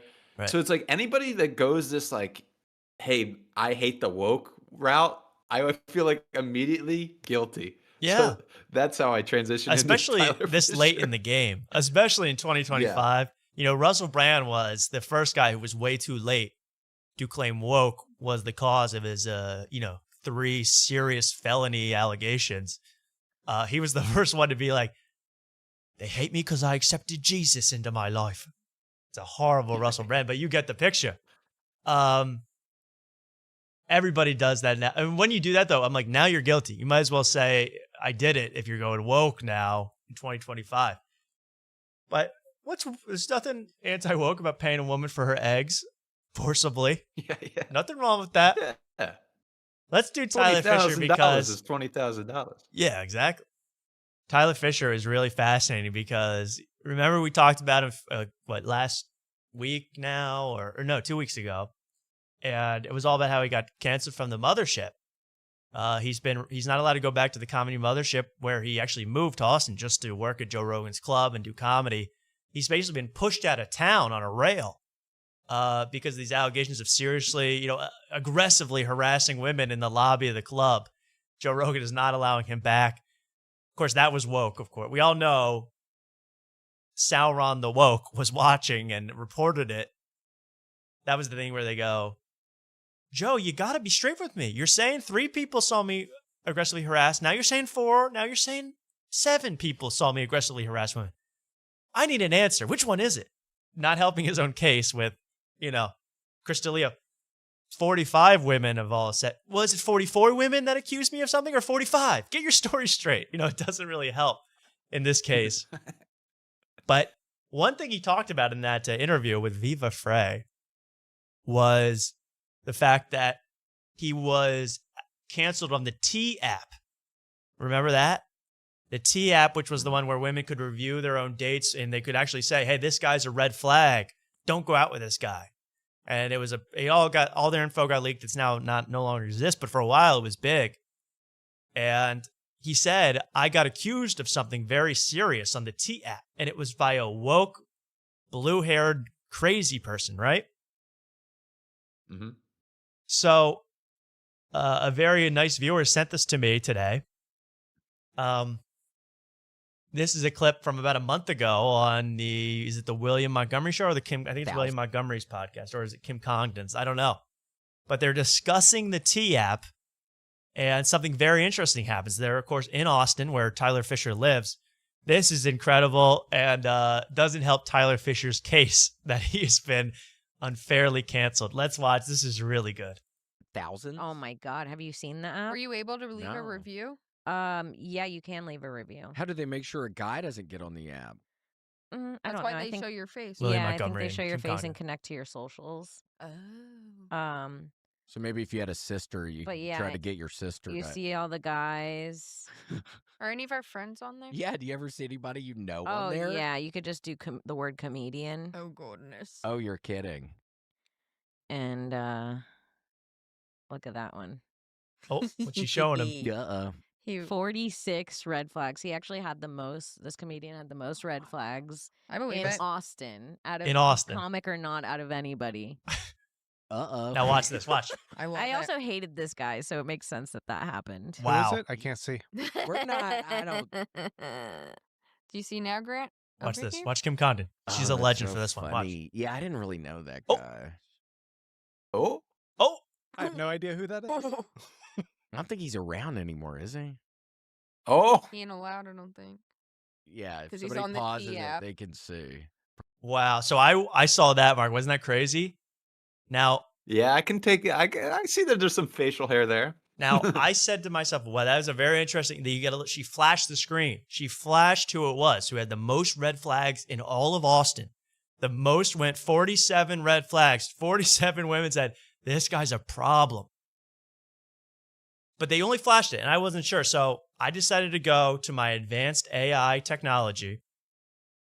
And he's actually not just AI. He's actually a very dear friend, because he's a former co-host. He's a former co-host of this show. That's right, Mark. The person that you replaced, actually. Fuck. Am I okay? Were we back? We lost a connection for 1 sec. You look good now. Okay. There was some. Ask the chat. I'm waiting for the chat to respond. I cannot tell. It said disconnected for 1 second. I'm gonna wait because this is a very important. We're back. Okay. All right, Computer. Can you do me a favor real quick? I'm sorry we got disconnected, Computer. Real quick. Yes, Tommy. Okay, I need you to analyze that video we just watched of Kim Congdon talking about the T-app, and I need you to enhance and actually identify who was in that screenshot. Can you do that for me? Of course. Anything for the host of After Tonight. Okay, he's going to work at that. Computer, he's just calculating. Go ahead, Computer. Warming up circuits, cooling down CPU, accelerating RAM drive. Okay, I think. Go ahead, Computer. Show us what you got. Oh, that's so funny. Yeah, I didn't really. Zooming onto target. Sharpening. Enhancing. Enhancing. Targets has matched with 99% accuracy. Oh my Tie God. the fish confirmed. Thank you, and have a great rest of your day. Wow, look at that. Your Ty the Fish, officially the most hated man in all of Austin by women across the place. Is that not Ty the Fish? Is that not Ty the Fish? That's Ty the Fish on Gutfeld. That is Ty the Fish on Gutfeld. Confirmed. Thank you, Computer, for doing that. A human. Fuzzy 1080p. Yeah, I replaced Computer. Human replaced AI, but I don't know. AI. There's always a place for AI. There's always a We place needed for the that. robots on this show. At least that one guy. Yes. My best friend, Computer. Now, that was funny enough, right? He is confirmed. You know, he was saying a bunch of woke. So every woke in Austin conspired at the same time to say he has a ton of red flags. Do not date him. Do not go out with him. He is a walking red flag. Okay, that was pretty damn funny. Okay, thank you to Kim Congdon for that. And Kim Congdon, I got a lot of respect for her. I actually like Kim Congdon. I know some people don't. I actually have a fondness for Kim Congdon. She's great on that show. You know what it's called, The Flop, sponsored by The Fold. Find it out. Of course, thank you, Nadav. She's great on that. She had this moment where she reveals Tyler Fischer was the most hated date. And she also, we never covered this, but she talked about Hannah Berner not paying her for her writing credits. Hannah Berner owes her $10,000 for her writing that she promised her and never paid her.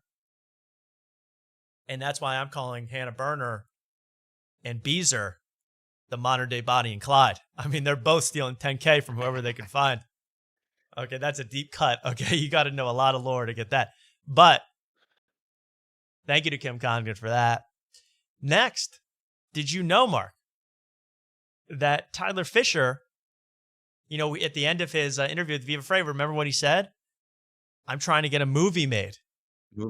Yeah. I'm trying to get a movie made. Well, he has an official pitch for this movie for any potential investors. Would you like to watch that? Absolutely. This Why is wouldn't quite good. This is his official pitch because he's canceled now. He needs something to do. We're not going to watch the whole thing, but he is going to help make comedy films funny again. Okay, I don't know if this is We Might Be Drunk's movie or Tyler Fisher's movie, but make comedies They great should again, collab. right? Yeah. This is about what I saw it a couple days ago. $6K out of the $1 million goal. Okay. This is going to have some advanced graphics. This is going to have AI, I'm sure, building most of it. Let's hear him pitch his movie. Hello, everybody. This is comedian, actor, content creator, director, Tyler Fischer.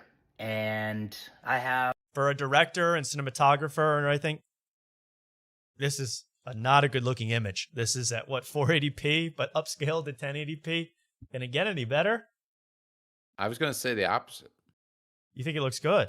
I think it looks horrible. There we go. There you go. That's clear. That's what I want to see. Go ahead. Thank you. I'm just gonna say this looks like he's in season 1 of White Lotus. He looks like the hotel guy. He does look like a nice resort. Guy. Yeah, I hope he's living it up right now. He's with Tuk Tuk or whatever that guy's name in season 3. What's that guy's name? Yeah. Remember? No, I always think of the other worked the person. gate. It was he lost Gay Talk. Gay Talk. Gay Talk. That's the gay side of TikTok. What are you talking about? No, it was like gay tour, but it was like spelled Gay Talk. What did they say though? They were like, what was the nickname though? No. What he would say to the woman that he had a crush on was "Morning Mook." I call him Morning Mook. To me, that's his name. I don't know. I just say Morning Mook. Yeah, that's what I'm sorry. That's how I identify him. He looks like Morning Mook's stylist here. Let's watch. This is really good. And there's one part I found very funny. Probably the biggest announcement I've ever made in my entire career. I'm making a movie. A comedy movie. Do you remember when comedy movies made you laugh? You remember that? What a concept. You go to the movies with your family and you actually laugh. You remember falling on the ground. So this is going to be a family-friendly movie too? I find that hard to believe. This is going to be like the Clumps. I mean, this is going to be Tyler Fischer playing 8 characters in a restaurant. Tyler Fischer, party of 6, please. Is it going to be like that? Piss in your pants. That's what I grew up with actual comedy films, and defecating yourself. I want to make that happen again. You remember you go see, I don't know, Wayne's World or Step Brothers or Zoolander before this oversensitive, helicopter parent. We have to dictate, what you can laugh at, what you can say. Again, I don't want to just harass Tyler Fischer, but all these guys that are saying this kind of stuff, like, have they not been, like, there are comedies coming out that are outrageous today. There are stuff being produced by major companies that is crazy today. I mean, I'm just saying there is extremeness in content. There's Eddington. There's all these things that are, they take risks. You can't make this excuse that it's, all they do is make Marvel now. You can't do that. You're 10 years too late, Mark. What are you on? Beer number what now? This is beer number 4. Congrats. And I don't know if this is true, Tom, but somebody in the chat said that we hit the 1,000 mark. We hit 1,000? Apparently. I don't know. It's not verified. I can't verify it right now, but if we hit 1,000, thank you so much to everybody. We'll celebrate by hitting a bunch of buttons on my soundboard. I don't know what we'll do. Next week, we'll really celebrate. Oh, yeah, we did.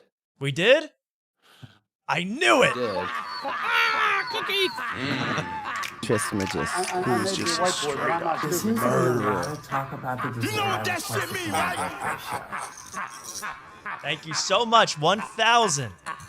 You guys are very kind to have done that, everybody. To my, obviously...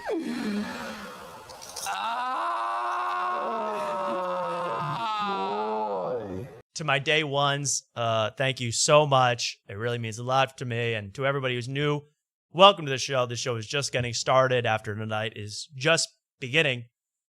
Not only literally, we've just begun the show, but in terms of what is to come in the future. Thank you so much for being here. We will be here for a long time. So thank you. And let's get back to the action. We'll do some actual fun, prepared celebration next week. I didn't expect this so fast. From just Saturday's show. So I really appreciate all the love. Ben Avery bump. Support. And thank you to Ben Avery bump. Yeah. I was calling it the Hypno bump, but I'll give credit to Ben Avery. I'll give credit to Ben. Everybody to my day ones and everybody in between. Thank you so much. Let's get back to the action here with Ty the Fish. And let's skip to what I thought was funny when he says, hey, you can also support me in a lot of different ways. That, but on a bigger scale. I'm going to be able to put some of your favorite sketches into the movie and make them funnier and bigger and crazier. Now, if you want to give maybe you're a billionaire. I don't know. Maybe Bill Gates is watching this, and Bill Gates is tired of crappy. Is Bill Ackman in the chat?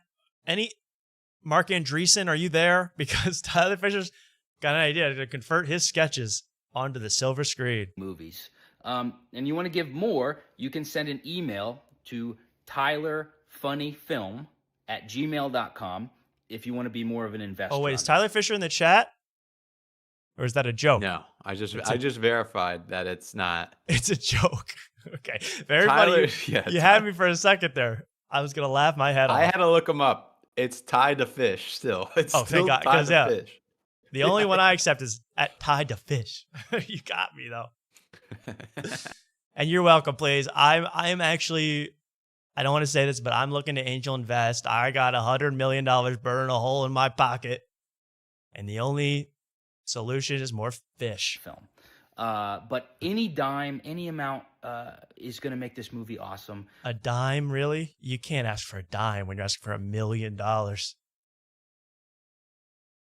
Now let's go to... Wait, Tom. What's it, Mark? I have $1 from the Bahamas. You think that would help him out? Yeah, that was that, about 30 cents? Give it to him. I have no idea. Honestly, just... It's got a black guy on the back of it, so he probably wouldn't accept it. That's woke. Send it to the Veil. And yeah, people just joining us. Yeah, man, someone's saying, hey, where to start with this show? We got a lot of great clips out there. We're making more, but watch it all. I hope you enjoy it. All right. This is where I think it's funny where he goes, here's how you can also support me. This is the one part that I go, that's pretty funny. That's where I'm actually working out a lot of the ideas and my own money and very low budgets. So please consider it and come see me at a stand-up comedy show. That's where I'm actually working out a lot of the ideas for the script. So you're going to kind of see the movie come alive on stage. I'm so excited. I'm going to put everything I have. Wait. I've never heard of that tactic before. You're going to build the movie during the stand-up set? This is really from page to stage to hiring Nicolas Cage. I mean, this is a big deal. Hey, Atlanta, how you doing tonight? Act 1, interior. We open on a college campus, college classroom. A trans Antifa professor is lecturing us about woke. While the white students look bored. Excuse me, ma'am, where are you going? I'm just starting to set the scene.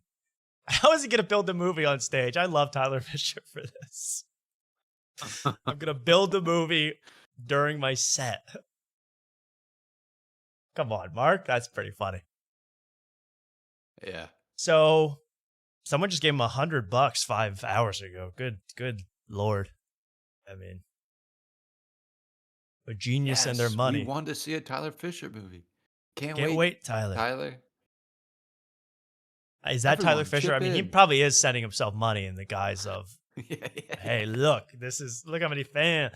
Well, I wish him the best. Honestly, I actually pray that we get, Mark Cuban on the line and we get someone to really fund this movie in full. I want to see this movie, the first act, the middle act, the crescendo at the end of the second act, and then finally the uplifting part where the white guy gets the acting gig at the end of the movie. That's going to be a real winner. By the way, 6 people gave it a give. 7 people gave it a pray. That would piss me off if I was looking for money. They gave me a pray. Come on now. Well, Mark, can we do one more Tyler Fisher thing while we're here? Do you mind? Yeah, I just saw one last thing on there that caught my eye. Tell me. In the description.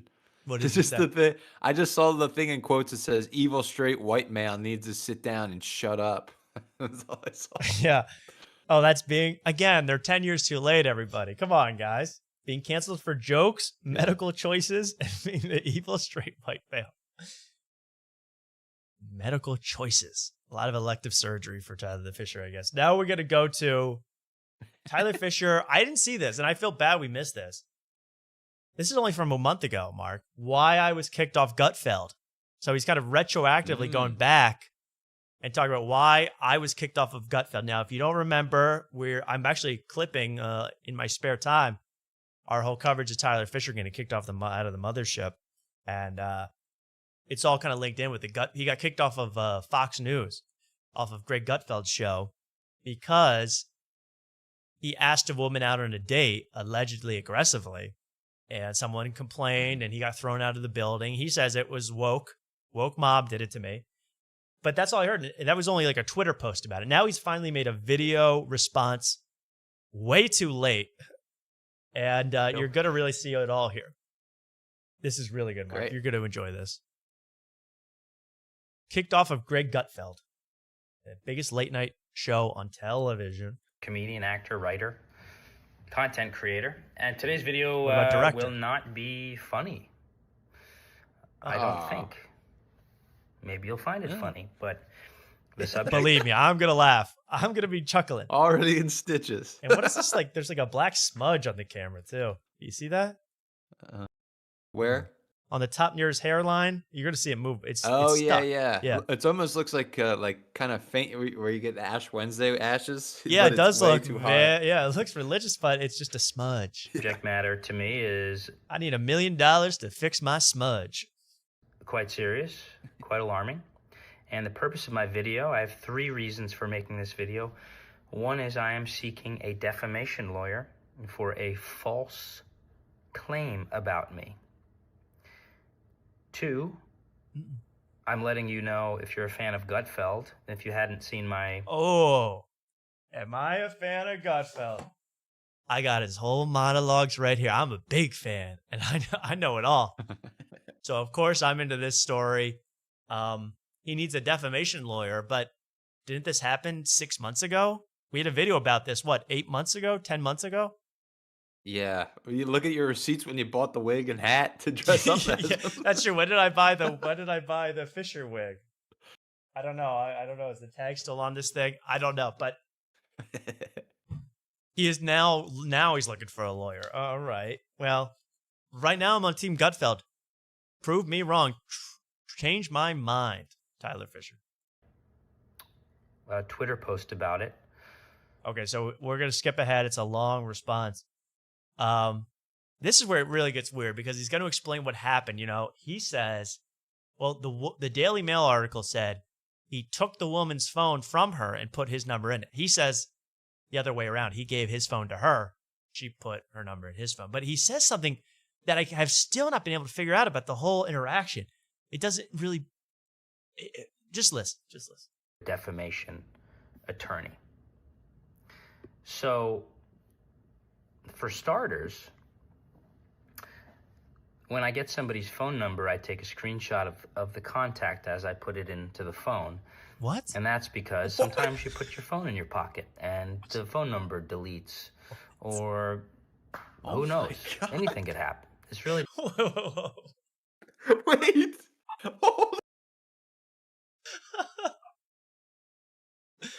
Mark. I can't. Mark, what is happening?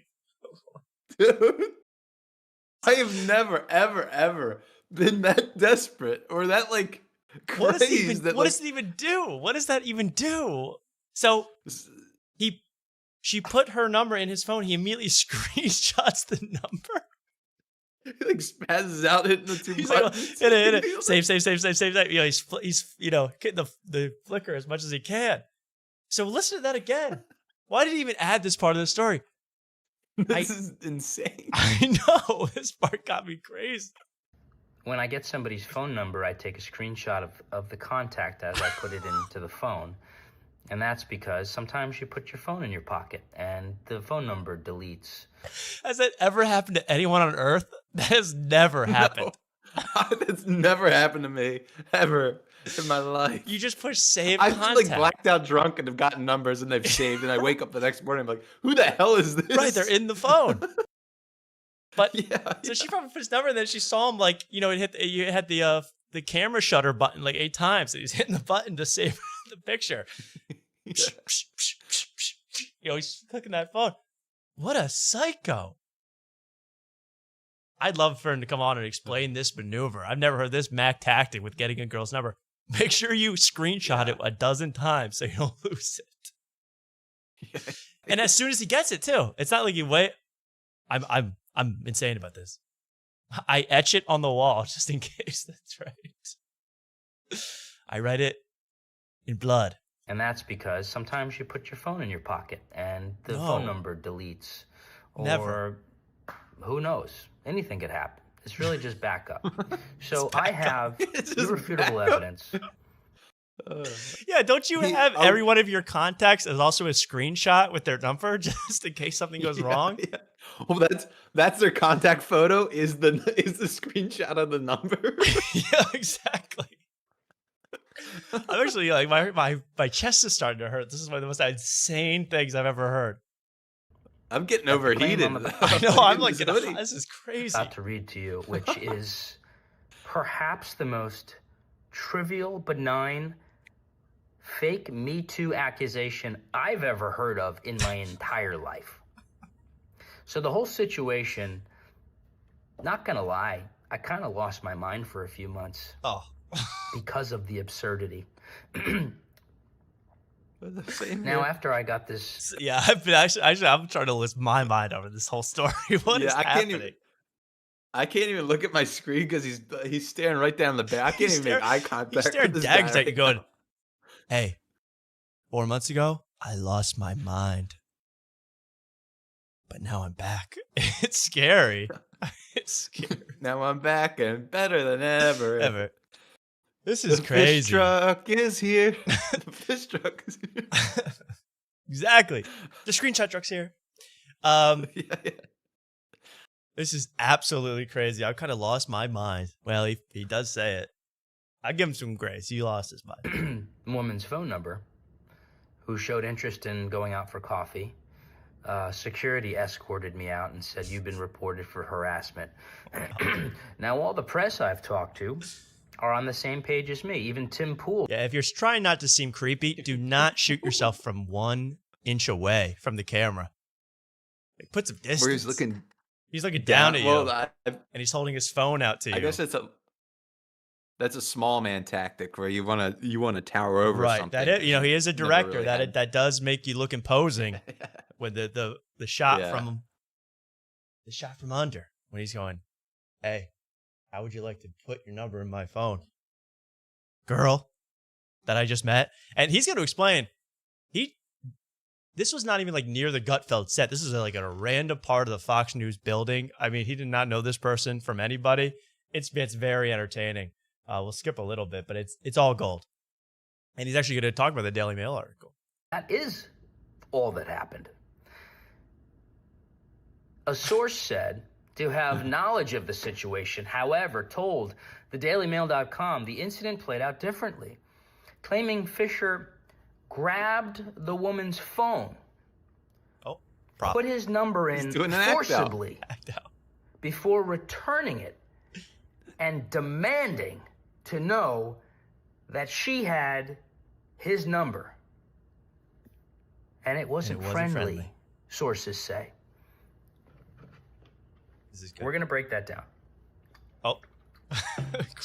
So you're meaning to tell me, after years at Fox News, I've never even asked anyone out? I decided the day that I'm promoting my comedy special, and I had the #1 comedy special on Fox Nation, and I'm about to go on Gutfeld. Take that, Kat Timpf, or whoever else had a special on Fox Nation. Take that, Nick DiPaolo. Comedy special on Fox Nation. And I'm about to go on Gutfeld minutes after this happened. So I decide in a crowded office to go up to a woman, say, do you want to get coffee? Yes. Grab her phone. Say aggressively. What does it say? Oh, my God. Does it say aggressively? Forcefully.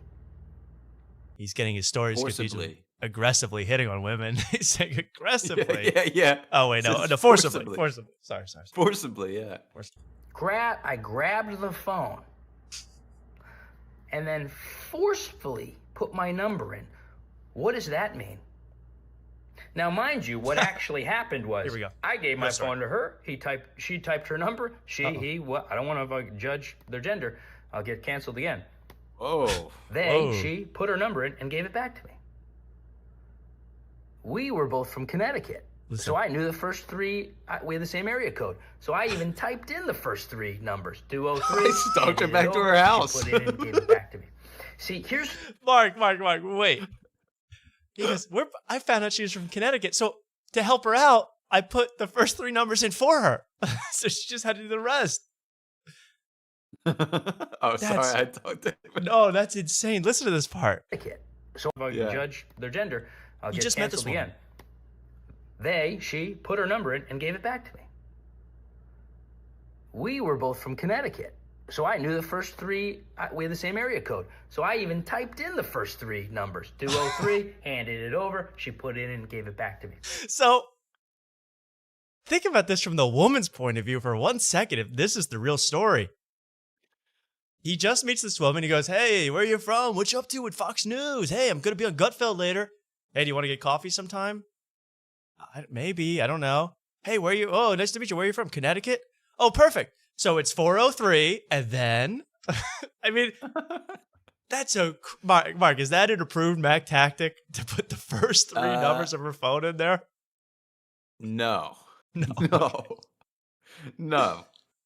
Because are you in the western suburbs of Connecticut? Where are you near Bridgeport? Because then the next three numbers would be 391. So then you only need to put in the last four. So it would be 403, 391. And then you know what? You can put them in, or I could just start from 0000 and work my way up. Whatever you want. So this is forcibly. How could you make so? I've never heard this move before, Mark. I have a question that I have to ask Google, and then dude, there are 4 area codes in Connecticut. There are 4 area codes. He nailed it down though. You know he got it right because he's crazy. No, but the thing about the one area code for one state, I know the only state, maybe Rhode Island has it, but Delaware, there is one area code for the entire state. So that's the only way you can get away with it. But Connecticut, I'm sorry, my friend, you are crazy. Well, he's playing to educated guys, and I like this comment. Simps can't comprehend the area code game. Exactly. That's a level above my my pay grade. I've never picked up a woman by knowing her area code and helping her out with the number. That might be the most insane part of the whole thing. I mean, beyond the screenshotting. I mean, imagine he goes, here, 403. Okay, you put in the rest, and then I'm going to hit screenshot 8 times to make sure I never lose it. I mean, you'd be like, get him out of the building, please. This is so good. It keeps going. I mean, this is 16 minutes of oh my God, guy talking. Okay, Phil wants to call in at some point, but he's got to wait. He's got to wait. See, here's what's going on. They realized they made a big mistake by calling this very normal, very consensual adult interaction. Least normal thing I've ever heard. I've never heard someone give their number quite like this. Very consensual. When you have to say anything. Yeah, when you have to say anything is consensual where it's nothing sexual, then there's a huge issue. Very consensual too. Big mistake by calling this very normal, very consensual adult interaction. Very normal. Of exchanging information to, in the future, perhaps meet over a cup of coffee during the day. Oh, what an animal I am. What a toxic man I am. You think the girl that gave her number is probably watching this going, I dodged a bullet. Holy crap. I was supposed to go out with this guy? Oh, what an animal I am. Just because I put the first 3 digits in your phone, so you had an easier job putting in the next 7. Yeah, I must be the bad guy. She's now dating the security guard that saved her. Like, thank God. Yeah, right. It's like Sandra Bullock and Keanu Reeves in Speed. Like, he saved her life. He saved her from Dennis Hopper, that maniac. They embrace. That's what it should be, because she owes that security guard her life, potentially. To take a woman to coffee during the day. They realized they made a mistake, so they had to make up a story, as the woke people tend to do. They have to pull falsehoods out of thin air, and so you can see it happening in real time. They had nothing, so they actually reversed the scenario. Instead of me giving my phone to her, which happened, now they have to make something up, and they said, I grabbed the phone from her. Okay. What man in the right mind would ask a woman out, grab the phone, force his number in? Now notice the words. Listen. These are woke words. Forced. They're almost making it sound like I raped her phone or something. Forced. Oh, Jesus. Oh my God. I'm actually. I got to take a pause. I'm so sorry. How have we not found this till now? This is, I know. I this was is- dying today watching this. I'm going, oh my God, the woke words. And by the way, the woke word is forced. That's now a woke word. Non-consensual, now a woke word. What part of the dictionary? Do you have to flip to the back for the woke words? Yeah, the woke words. That's a special. Yeah, we need a woke to English dictionary translation. Yes. But this is woke words. And why would you ever bring this up? I love Tyler the Fisher for this one. I mean, this is one of the funnier sentences I've ever heard. Forced my number in. Well, if I took the phone and I have the number. Force This is his so good. number in. Now notice the words. These are woke words. Forced. They're almost making it sound like I raped her phone or something. I mean, that's an insane thing to say. Forced my number in. Well, if I took the phone and I have the phone and you put the number in, you don't have to use force. Here's another question. I'd been talking to that woman for minutes. Your Honor, we rest our case. For minutes. I've been talking to that woman for minutes. Literal That's a long minutes. period. Right. Uh, It must be 90, 120 seconds I've been with this woman. I mean, minutes. Minutes. Yeah, Mark.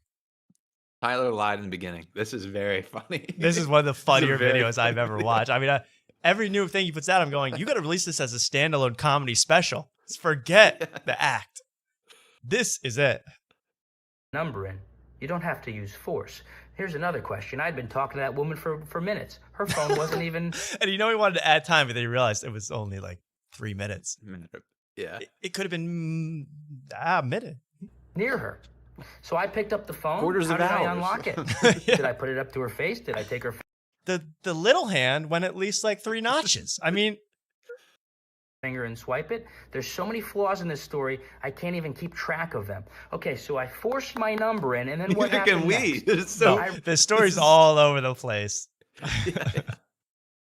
Returned it back. I guess now I'm gentle. Now I'm not going to be aggressive and hand the phone back aggressively. Demanding to know she had the number now. This is the person who reported me. So I just grabbed her phone, forced my number in, gave it back, and said, I demand you tell me that you have my number now. Didn't I just take the phone myself? And Okay, I gotta skip a little bit, but he goes, I mean, police, I know, this is better than Tony Hinchcliffe's garbage special. This is about the same length and much more entertaining. Let's go, there's more. There's actually a lot more. A lot more. I love this tape. depressed on the couch, built 2 million fans so I can go tour. Then I go on the Greg Gutfeld show. I'm one of the top guests, and I can prove that by my ticket sales and by the fact that Greg asked me to open for him. Jeff Dye would like a word. Nope. Not one of the best. Jeff Dye is the best Gutfeld guest, and that's been proven. But now, did Dye come after? I think Dye came after Fish. I think Dye attacked Fish? No, not like came after, like Oh, chronologically. I not thought they like were kind Fish, of the same yeah. time. I may be wrong. Yeah, what if maybe Tyler the Fisher resents Dye for replacing him? Because I've never seen them on the same panel. Well, not that I watch it, but I've never seen the clips. Of them Yeah, on the same- they're not together. Yeah. My Yeah. dream of Gutfeld, what I want to happen on Gutfeld, What if there were millions of different Jeff Dyes in different dimensions, in different multiverses? the whole panel, Jeff Dyes. Okay. He has more here. I think there's a little more in this part. And I can prove that by my ticket sales and by the fact that Greg asked me to open for him, be the opening act in arenas, not little comedy clubs, not in theaters, arenas. These are massive, massive, high-pressure scenarios. And he trusted me to open for him. And the Shane Gillis, you need an opener? Is Blizniak busy? Is John Del Colo buying a hoagie somewhere? Get fish. Okay. I think that was it. I just like that he had to point out the arenas thing. And then he had to explain what an arena was. These are arenas. Big venues. Lots of people go in them. Arenas. All right. A little more here from Ty the Fish. Again, garbage. Can I say that the one thing that Fish has impressed me with, other than all this, other than his own spin of the story, double ceiling fans in his living room. I've never seen that before. Swanky. That's pretty nice. Swanky. Yeah. I like that. Well, he's got to cool off from that all that rage against the woke. From all the heat that's on him. All the heat's on him. Okay, this part is. What is this part? I don't even know, but it just keeps going. It's so good. Except try to clear it up. Wokeism, radical feminism is destroying men. It's destroying young boys. It's destroying men.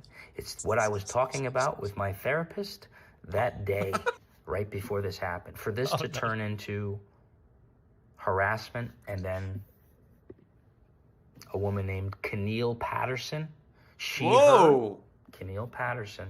Now, this is the woman that wrote an article. I thought this was the woman that called him out, but this is a woman that wrote some article for the Daily Beast about him. And that's Cam Patterson's sister. Yeah, that's right. Keneal Knazel. She, her. I like rocks, but I hate Tyler. But I hate Tyler. I'm not retarded, but I hate Tyler Fischer. Yeah. Okay. I'm dying here. She said this was He's in a sexual hotel harassment. lobby. This stuff destroys. Oh, so he wants to sue her now because she said it was sexual harassment, not just regular harassment. Okay. Fine line, but it's also way too late. And he's like, release the tapes and all that. I mean, it's months later, man.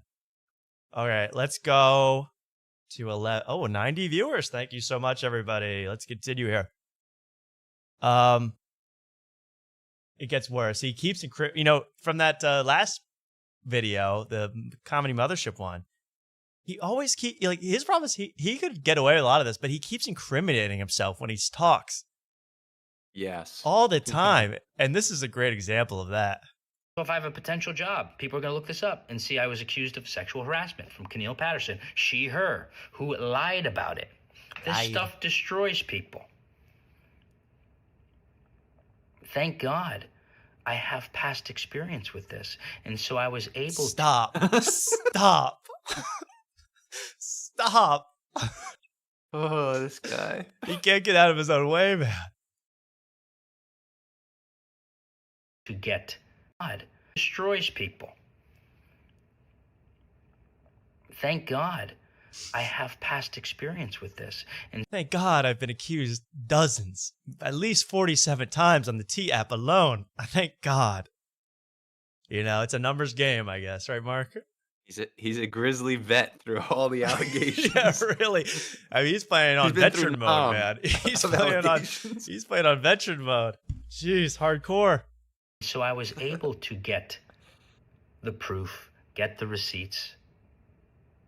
Let's see the security footage. How about that? Will Fox give me the security footage? Will they release that?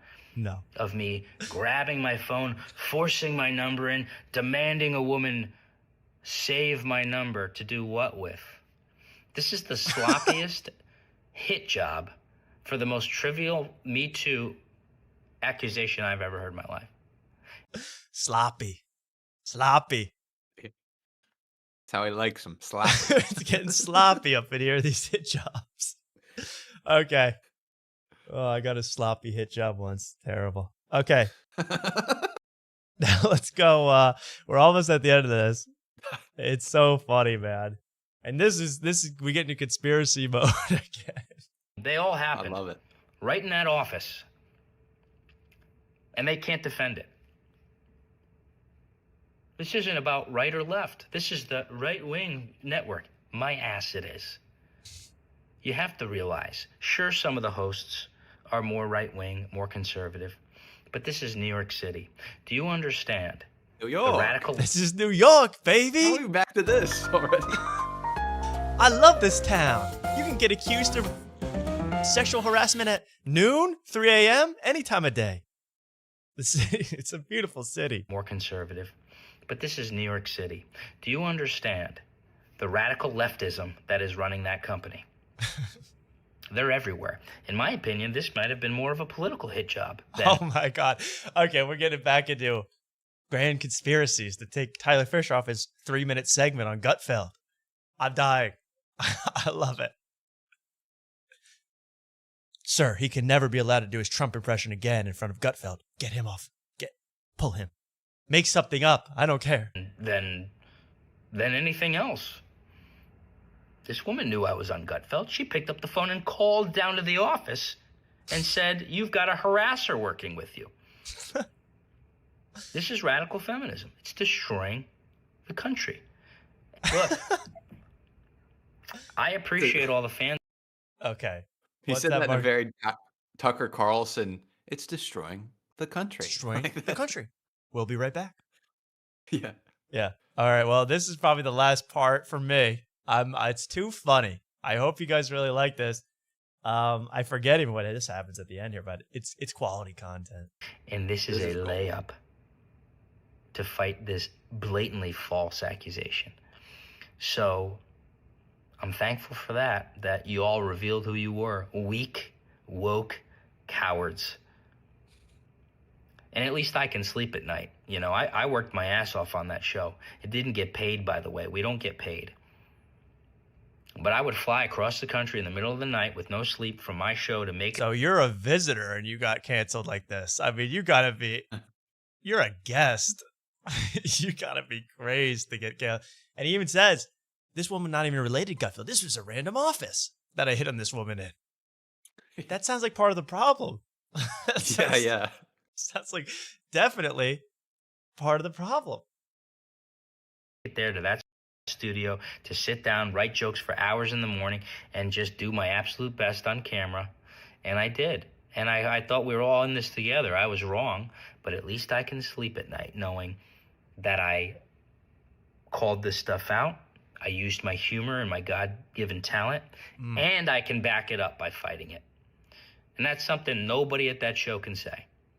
So, watch the show if you want, but just know it's all empty words. I love you guys. I'm not happy right. Okay, well, there we go. Tyler Fischer. I will be watching tonight. I have my book. I have my reading guide. I'll be checking out Gutfeld later. Thank you, Tyler Fischer. This awesome. guy cannot be stopped. No.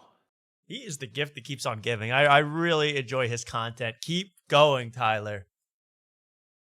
And yes, you are invited. I would love to have him on this show if you want to come on and discuss all this. I want to hear it from the horse's mouth. What happened at the mothership? What happened at Gutfeld? Step by step. Because I could build a case to defend this guy, Mark. We could defend this guy in court. Yes, I would love to. I would love to.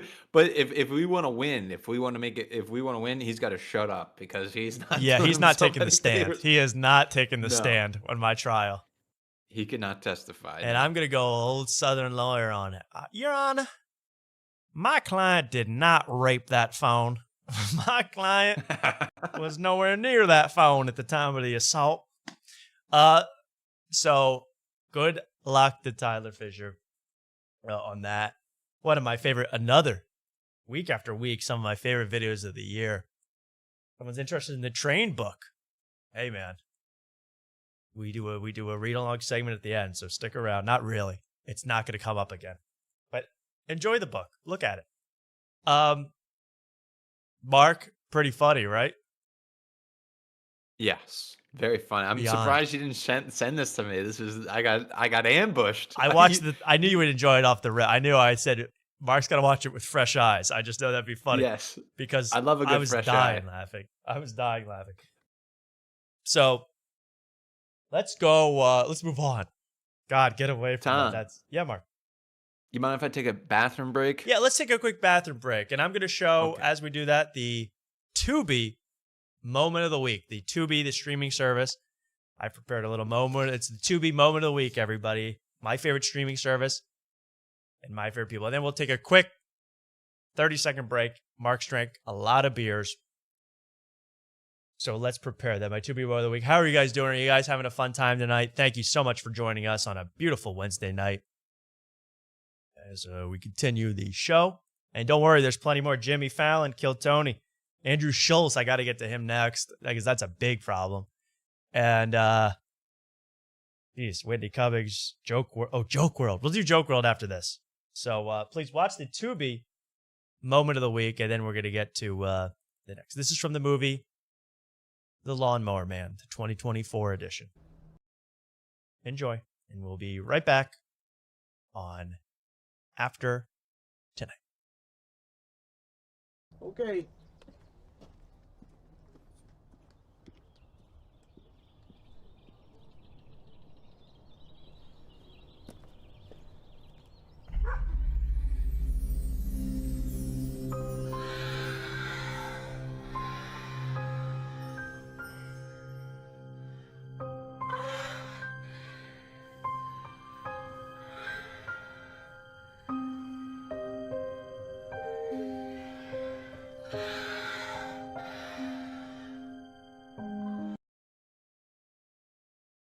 Wow, there was our Tubi moment of the week from one of my favorite all-time videos. As we come back here on After Night, I love Tubi. I watch every single Tubi movie, and that's one of the best ones. Now, I know you probably like the original Lawnmower Man, but that was a little repeat. I'm going to open up a Mexican Coke as we continue this in honor of Ben Avery, who I know is also a Mexican Coke guy. We bonded over that. Shout out to Ben Avery. I hope he's feeling okay. Hope he's doing well. We got to keep going, man. I need some energy. Very fun show tonight. Thank you, everybody, for subscribing, for being here, for chatting. I really appreciate you. Thank you so much. Come back here. All right, enough of this music. Actually, let me take a drink of Coke. Everybody relax. My kids are watching with me. I'm sorry. For that. Take a little sip, everybody.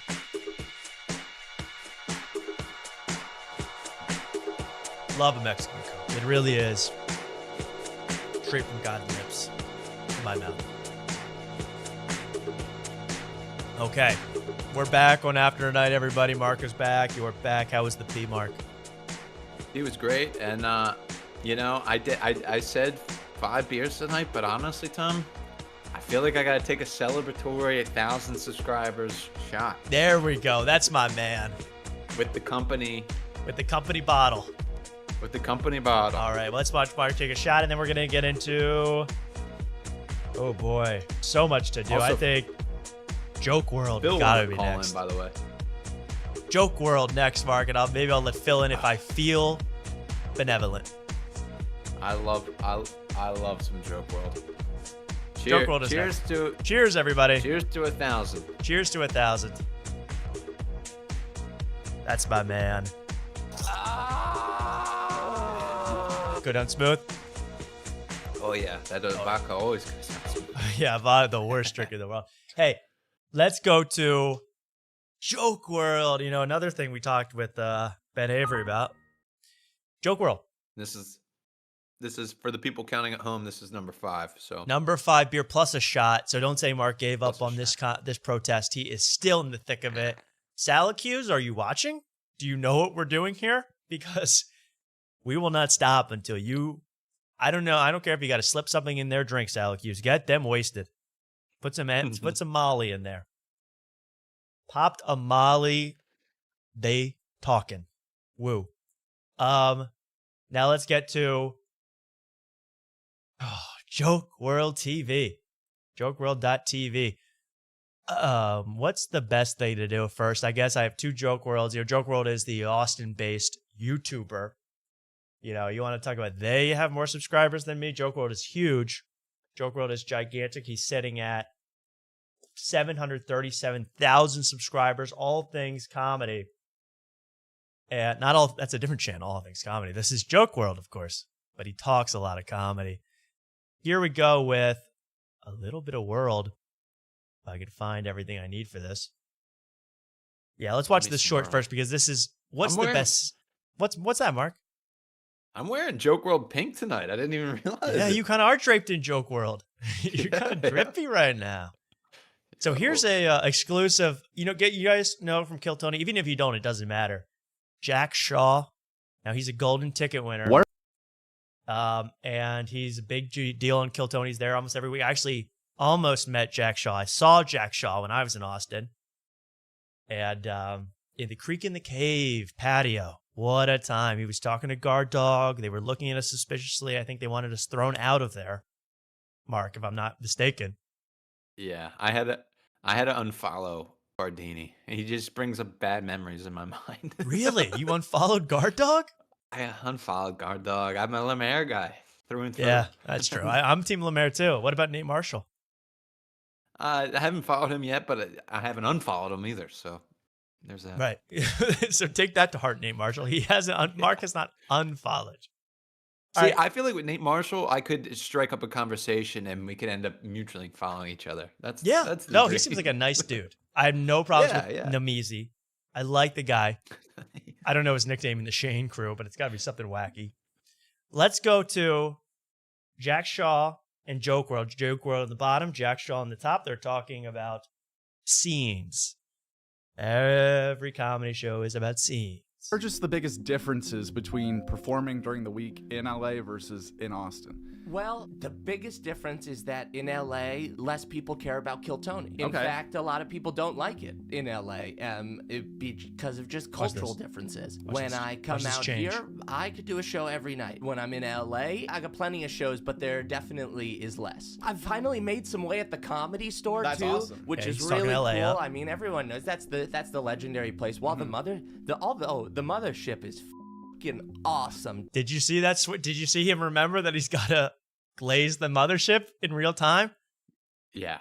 I think Tony Hitchcock was off camera with a shock device like Hassan uses on his dog, or a rifle.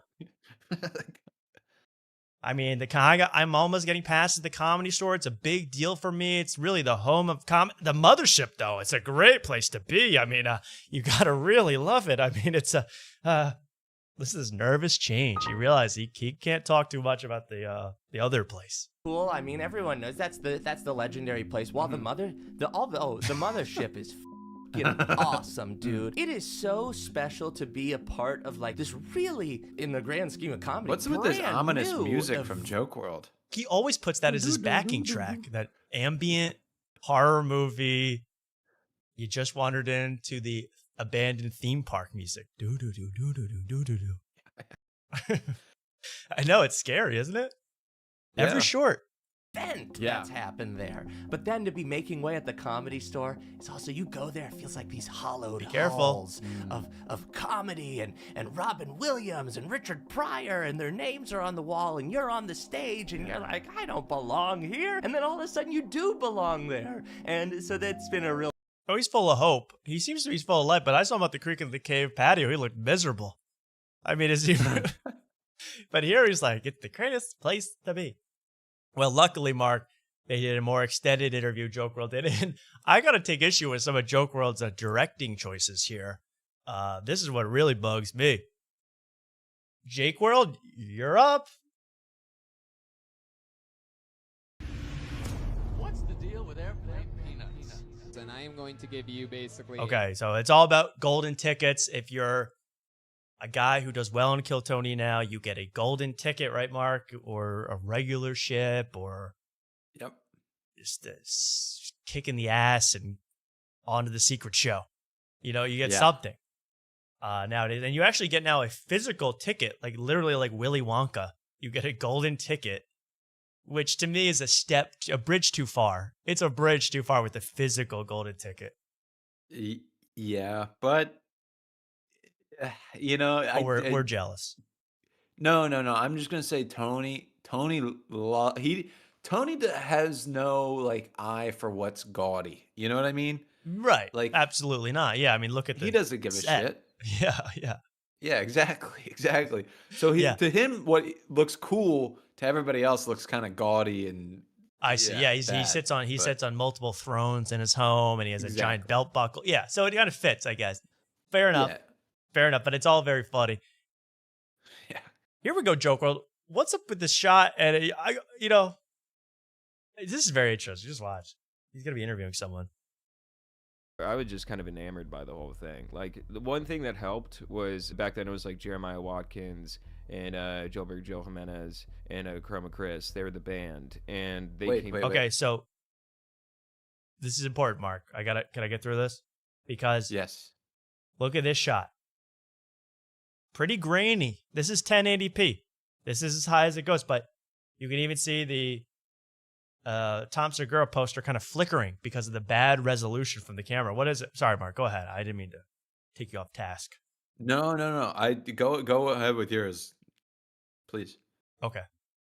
And please, everybody, do not start examining. I can't break down all the trinkets on the desk. I mean, it would make you vomit. Sam Hyde. I can see the sting. Sam Hyde, please visit the studio and pull a gorilla on this one. I want this thing flipped. I want it. No, I'm kidding, JokeWRLD. But tell Sam Hyde this is the biggest gorilla nest there. I mean, that Shane Gillis poster with the Shane Gillis on the Bud just Light a can Bud Light can. Makes me want to go crazy. That one might be the most outrageous because it's just basically an ad for Bud Light, but it's Shane Gillis on the can. Everything else, at least, is some junk, but that's crazy. Okay. You can look at this shot. I think it's pretty blurry. But watch what he cuts to. Yeah. And Joe Jimenez and Chroma Chris, they were the band, and they came. What, Mark? Who is this guy that's talking? I don't know.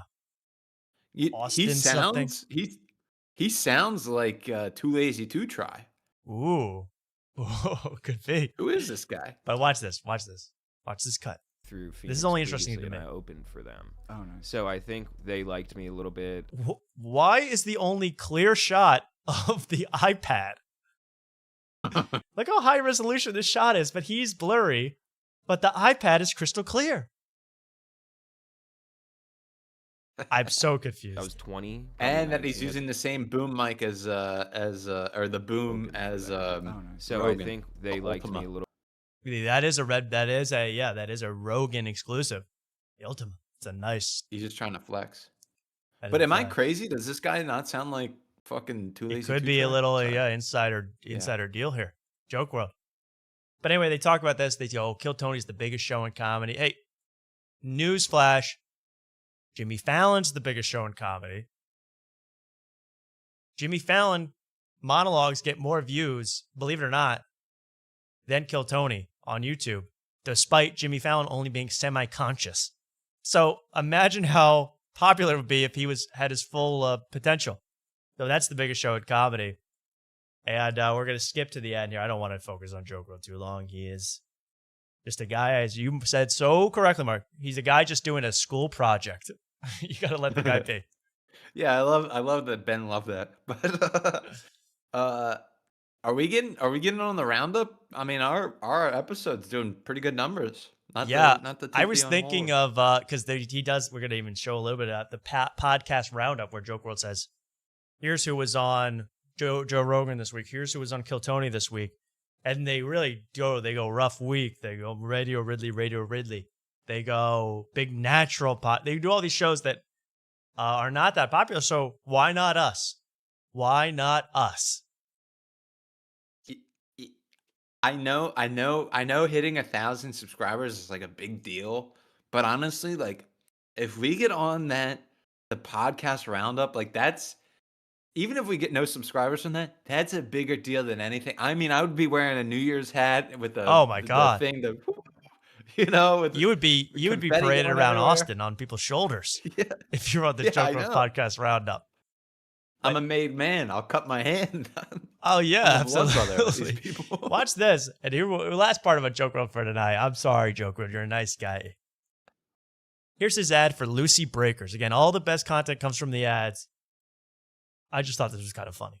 That is always video. Today's video is sponsored by Lucy, the 100% pure nicotine pouch that is always tobacco free, and Lucy Breakers, which are a nicotine pouch with an extra surprise. Each of the breaker pouches holds a capsule that can be broken up to bust extra flavor and hydration in your mouth. You know what that shit mean, right? Whoa! Bust in your mouth. That's what he's telling me he wants me to do. Okay. pouches holds a breakers, which are a nicotine pouch with an extra surprise. Each of the breaker pouches holds a capsule that can be broken up to bust extra flavor and hydration in your mouth. Oh my God. In my mouth? Do I have to? Joke World? Do I have to? Okay. Hey, yo, it's correct. What are they got like little Gatorade things in the mouth? Like, I don't know. I've heard of this thing. It seems so like you're just shooting toxins into your mouth, busting nicotine, busting in your mouth. Yes, Mark. We tried Magic Mind. I may have to try one of these Lucy. Yeah, get a breakers breaker to see what's going on. Get a Lucy breaker, please. What's his promo code? Oh God, Joke. I guarantee it's Joke. I'll look it up. Jake. Jake from Joke. With no O. Yeah, exactly. JKE. Yeah, let's do, because I don't have the most stamina in the world. Just ask JokeWRLD when I bust a Lucy breaker out. But we got to talk about Schulz tonight because I've been meaning to talk to him for 2 shows now. Andrew Schulz. You know what's so funny? We were talking with Ben Avery. We were talking about Andrew Schulz, and I love that whole segment. And I said, he's on the Zoran train. He's doing things with Zoran. Wouldn't you know it? Days later, he dropped the flagrant interview with the future mayor of New York City, Zoran. I was shocked by this, and that really his transformation. And you know, did he at any point? We're gonna watch some of it. Did he at any point say, "Hey, yo, bro, what about free enterprise, yo?" No. He went right along with communism and socialism, and let's privatize the stand. You know, not privatize. Let's monopolize. Let's make it into state hands. Let's put it into state hands. So we're gonna get to all things Schulz, but I think we ought to just touch on his interview with Joe Rogan. You know what? Actually, first, we're going back to his little spiel about Austin comedy because everybody has covered this. I don't really watch every single video that Too Lazy to Try and all these people put out, but I watch enough of them. But I didn't see a lot of this part, and he's gonna actually diss. And is Akash is just now a black man? Is this what's happening? I mean, Akash has gone. Well, I mean, I'm just saying. I'm not judging. I'm just saying. That's what's happening, I guess. Akash is the Indian fellow in the middle there. You got Andrew Schulz, the white guy, and Alex Media. I've learned his name after a full year. Alex Media. 2 X's, 2 M's, 2 A's at the end of Media. Yeah, Mark. Do you know the white guy? Still don't know. Still not quote. I'll not give you close a to it. hint. Very similar name. Greg Media. What's his name? His name's Mark. Oh, to you. Oh, I'm sorry. I thought you meant to Alex Media. No. Oh, Mark no. Gagnon. Yeah, to me. Mark gagging on it. Gagging on a Lucy breaker. Yeah. You know what that shit mean, right? And here's where Akash goes full like, "Hey, yo, bruh," which I love. You know, Andrew Schulz is kind of moving away from that kind of talk. And Akash is kind of allowing that symbiote to take him over, that venom to take him over. Get out of here. I'll tag him. Sorry about that. I forgot your name. Oh, that's fucked up. It's too ethnic for Al. If you had to guess, what do you think it was? Oh, come on. Too many continents. All right, boys. Anyway, any other discussions about the fest, Saudi Fest? Nah, Mark Maron, you ain't shit. That's about it. Jesus. Yeah, I'm tired of this motherfucker. Shit. I'm tired of this motherfucker. What? I ain't scared of that motherfucker. Why is he doing Bernie Mac? I'm scared of that motherfucker.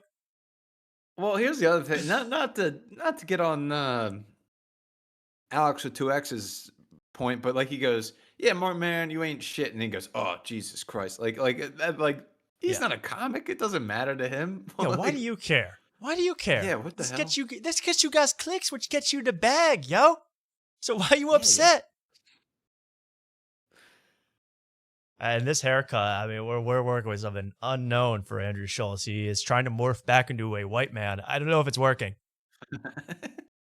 Anyway, shit. That's about it. Jesus. I'm tired of this motherfucker. Shit. Tired of A this lot- motherfucker. yo, not just him. A lot of these comedians ain't shit.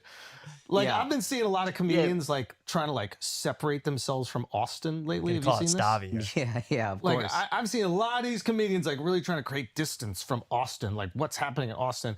A lot of comedians that like use Joe and his millions of followers to boost their careers. So he's really riding on Joe here. I mean, Joe, he's gonna. I mean, do you want to call him loyal? Okay, fine. Good for Andrew Schulz, but he is like he not only. But you know what? He's not just loyal to Joe Rogan. He's trying to turn others. He's trying to show Joe Rogan against others. That's his new thing. He wants to be the only guy in Rogan's circle now. He's trying to eliminate the competition. It is really. It's out of Game of Thrones, which I never saw, but I assume and there's something going on. I mean, he's coming from a different scene to do that too, which is even crazier. You know, Yeah, he's from New York. he hasn't defending even Austin. fully bought into the Austin thing. No, he's a New Yorker through and through. And he'll tell Zoran, my whole identity is New York, bruh. I take the 2nd Avenue train to 125th Street, and then I go to Battery Park, and I have a kava, something you can only do in New York. That went on there to promote their specials, that performed at the club, like really used Joe's power and influence that he was very generous to give them. And all of a sudden there's like a little internet backlash post-election, and they're trying to blame the manosphere for the election, not the fact that they ran a fucking dead guy and a woman that can't talk.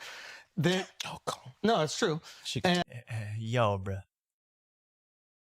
Bruh, you really sneak this in Kamala right now when she's dealing with Doug stuff? She's dealing with deep Doug issues. Bro. It's like, and now I see these comics like kind of vocally talking shit, that they would talk all this shit, by the way, behind closed doors, because it's what comics do, but like real like rat weasel shit.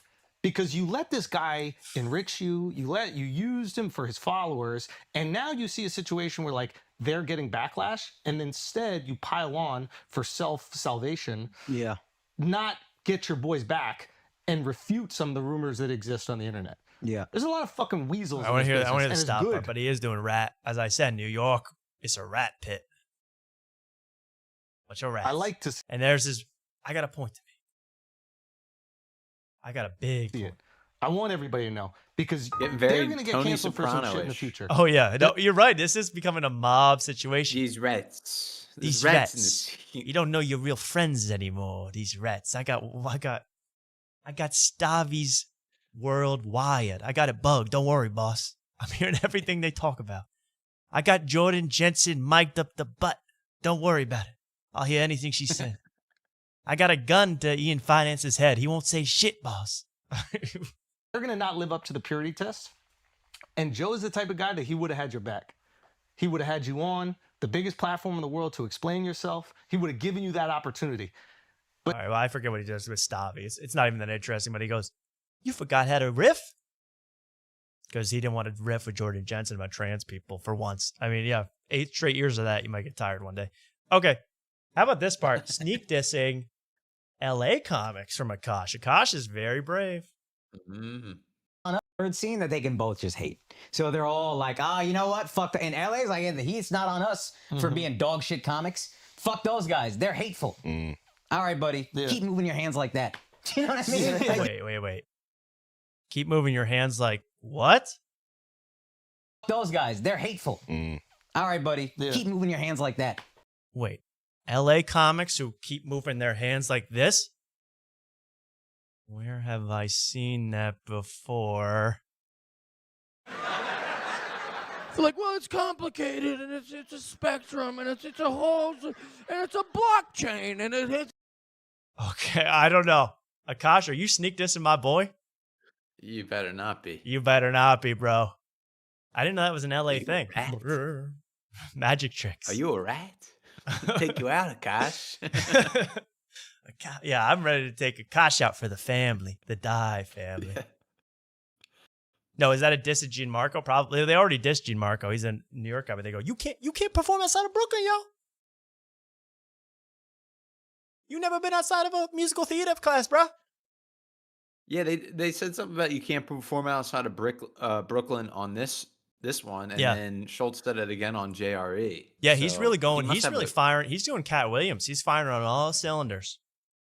Yeah. He's really taking names, and he calls out, as you probably already saw. I'm not going to really go over all of it. He calls out on this Joe Rogan episode. He calls out Andrew Santino by name, saying he's one of the guys that did not have Joe's back because he let Mark Maron onto his show. He's really trying to get in Joe's ear, man. He really is trying to convince him to betray his friends and say, any problem? He's like, Joe, I know you're a nice guy and you're going to stick by him. I would personally have him killed for that. But you're a nice guy. I personally have him whacked for that one, but you're a nice guy. Yeah, he's the amazing snake where he will like not slither really. up to somebody, but like live on a podcast. Live. Like, it's and you see it all. amazing. We're going to see it right here. We already saw him in last episode. Remember, he pretended to love that AI 50 Cent song. Remember that? So he's already trying to get in good graces. Now, we're going to go to, there's some Saudi stuff, but it's not that interesting. He's doing the same thing where he goes, hey, I go wherever my fans are. And when they offer me $1 million. Whenever both of those things happen at once, I'll go. Otherwise, I don't care. So he got offered $1 million. He went. And let's select clips from this because it's all good, but some parts that people are, I mean, I'm the only person that still cares about the Saudi thing, but it's funny to me to watch these guys trip over themselves trying to explain it. Waluigi style, exactly. Like, imagine you're 50 and you just start driving tomorrow. Yeah. Like, that's Saudi. crazy. No, they figure that shit out. But yeah, it was fun, man. I don't know. Like, I don't even know if people care because, like, you see this shit online and, like, everybody feels like they need an opinion on it. I even see comics going, like, a lot of people have been asking my opinion on it, so, like, I need to give your fucking. He's like, I don't even know if people have morals or values, bro. Like, what? They care? They care that I sold out to 9/11 people? An opinion. Have they really been asking? Like, what are you talking Nobody's about? asking a fucking opinion. It's almost to the point where, and then I asked. Nobody's asking your fucking opinion. He's doing Tony Soprano now. Nobody's asking your fucking opinion. Sit the fuck down. It's very Tony. Tony asks. Have they really Comics more going time. like, a lot of people have been asking my opinion on it, so, like, I need to give your fucking opinion. Have they really been asking? Like, what are you talking Nobody's about? asking a fucking opinion. Nobody's asking your fucking opinion. Joe Rogan is a Nobody gives hero. End of story. End of story. Now pass the gabagoo. Yeah. Nobody's looking for your opinion. I love you, Andrew. You're doing great, man. And Almost to the point where, and then I asked, like, any regular people, they're like, they don't really care because they're watching, like, the 6 best tennis guys perform. what are you talking about? They don't really, the people that you talk to don't care that you made $1 million. Yeah. Big surprise. In Saudi I want to trip on that Alexander Brothers yacht. End of story. Weekend. And golfers and race And car UFC drivers and boxing and everything. So it's just like everything. I never even noticed that part. And boxing and everything. And race and car UFC drivers and UFC boxing and everything. Boxing. So the whole UFC part. So Rogan's down with Saudi too. Like he's not going to go over there and perform at the Saudi festival, but when UFC goes over there, he's going to go. Yeah, over he there. goes. Yeah, I but know they've already. Again, I do. I'm going to be serious. I do see a difference between UFC fighters who it's very hard to make a buck when you get the crap beat out of you for a living. They need to make money, and who cares what they have to say about human rights, right? They're fighters. Right. Same thing with golfers. Okay, who cares? They hit a ball. Obviously, what these guys are ignoring is their one job is to try to be honest and express that honesty in a funny way. Now they obviously have sold themselves out. It's like too obvious to even say at this point, but that's the thing that these guys, Bill Burr and Andrew Schulz and Whitney Cummings, they're all ignoring that obvious fact. All right. That's fair. I just like Joe agreeing to UFC right away, and I was like, that's interesting. Yeah, I mean, but I'm sure he's yeah, got a that nice makes paycheck, and sense. he just sits Oh, there yeah. and says, "Look, leg lock." You know, he doesn't have to sell out really anything. So Here's he's my like, joke how about much humping a and they just stool. put $1 billion. Yeah, right. Yeah. The stool has a full burqa on it. You know, that's how they have to treat the stool in Riyadh. $1 billion into like a Hollywood movie studio. Uh-oh. So Oh, so now he's saying, hey, if you win a movie that the Saudis finance in any way, I'm calling your ass out. Good one, man. You're really going to own the libs with that one. All right. Skip ahead because also they just ripped Mark Maron to shreds. Like Joe Rogan ripped Mark Maron to shreds for 20 minutes with Brian Callen. He does the same exact thing here with Andrew Schulz. And they even do this thing where it's like, Joe Rogan says, he's like, Maron had on Obama again the other week. He didn't even ask him about the Smith Bunt Act. He didn't even ask him about any of his acts. I'm like, didn't you have Trump on for 3 hours and right before the election and all you said to him was, isn't it hard dealing with haters? I mean, he didn't ask him any substantive questions. Same with Andrew Schulz, who they're now obsessed with release the list. But they never asked Trump about the list, whether he would release it, whether he was on it when he was on. So it's just like, come on, guys. You did. By the way, you didn't do this 5 years ago. You did this all 8 months ago. You did this all 1 year ago, and you've already forgotten that you glazed Trump. I think it's crazy, Mark. Yeah. All right. Forget it. A little more Saudi stuff, but it gets into wacky territory. We get into wolf territory. I never watched Rogan. This is the first Rogan I've watched since Alex Jones was on 10 years ago. No, you watched Tim Dillon talk about Riyadh. I did, but I'm saying I watched 10 minutes. This is like the most I've watched. I probably watched an hour of this. I couldn't believe it. Scared, and this is like a time of real attacks. Like in the past, like say in the 90s or something like that, if you supported Andrew Dice Clay or something like that, like you didn't really get any heat. Nobody cared. You could do an interview and you're like, I think Dice is hilarious. You wouldn't like lose sponsors. Mm-hmm. You wouldn't. Nothing would happen. Yeah. But now there'll be like an organized campaign to try to take you out. Oh yeah, with bots. Yeah. Like people don't even think the bots, of course. Now he's bringing it all back to bots. The ultimate solution to any comedian's problem. Bots. Yes. Yep. Why did I have Why did I have audio attenuation on when I did my interview with Ben Avery, causing every time Ben spoke and I spoke at the same time, him to be lower volume? Bots. Exactly. Bots thing is you real. pay for it. You can hire them. And why? And there's other countries that are involved in that shit too. Not to be like, it's not even. Oh, and there we go. Conspiracy. Now Russia is trying to divide Andrew Schulz from his fan base. Uh-oh. It's really unbelievable what these guys are up to. Conspiratorial, but like, I think a little bit. That's what the people in the comedy chat. I shouldn't say people. I'm a bot. Me too. I bot. 6-7. We need a massive ban wave. So the Riyadh thing here. was a little bit. Probably. Yeah, that's These our are influx. so That's our new peculiar. influx of subscribers. They're all bots. That's Bots, how we got to bots. 1,000 tonight. It's like they're already so entrenched into like our entertainment, and then all of a sudden we went out. And I think sometimes something gets a little bit of buzz, and then people, send the bots to create a little friction or separation. And So what are the bots doing to you, Andrew? They're making you seem like a sellout. The bots? That's what the bots. Okay. They're dividing our country, yo. And he also said something about, I won't even play this. He says something about, which is pretty funny in retrospect. He says something about one of the Kennedy kids. There's like a Kennedy kid who's a journalist. Right, Mark? Yeah. And he goes, that's what I heard from he goes, them. well, let's play it. I think it's kind of funny. This is where I get my news. Yeah, exactly. that, like, because I called him a nepo baby because he never had a job. I don't care. He's saying that the Kennedy kid who's a journalist, I don't even know his name. He's this weird, flamboyant, weird guy.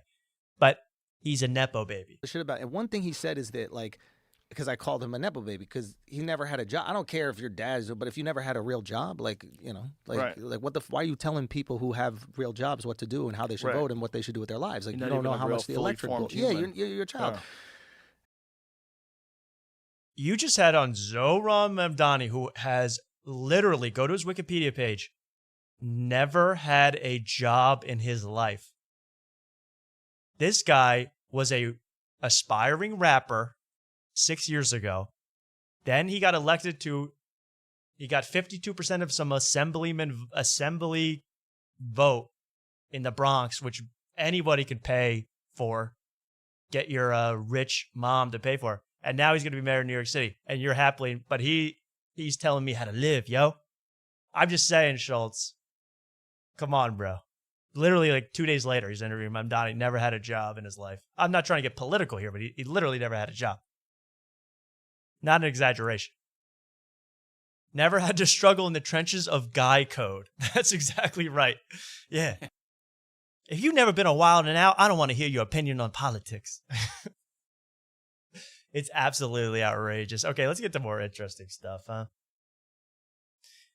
And here's you get a lick Joe Rogan. I could talk about Schulz all night, obviously, but here's a little bootlicking. Little separation. I see all of a sudden it's like, yeah, you use this guy to make millions of dollars and get all these fans, and now you see online outrage, and you're like, oh no, that's them, that's not me. It's like, you had no problem being part of the Avengers.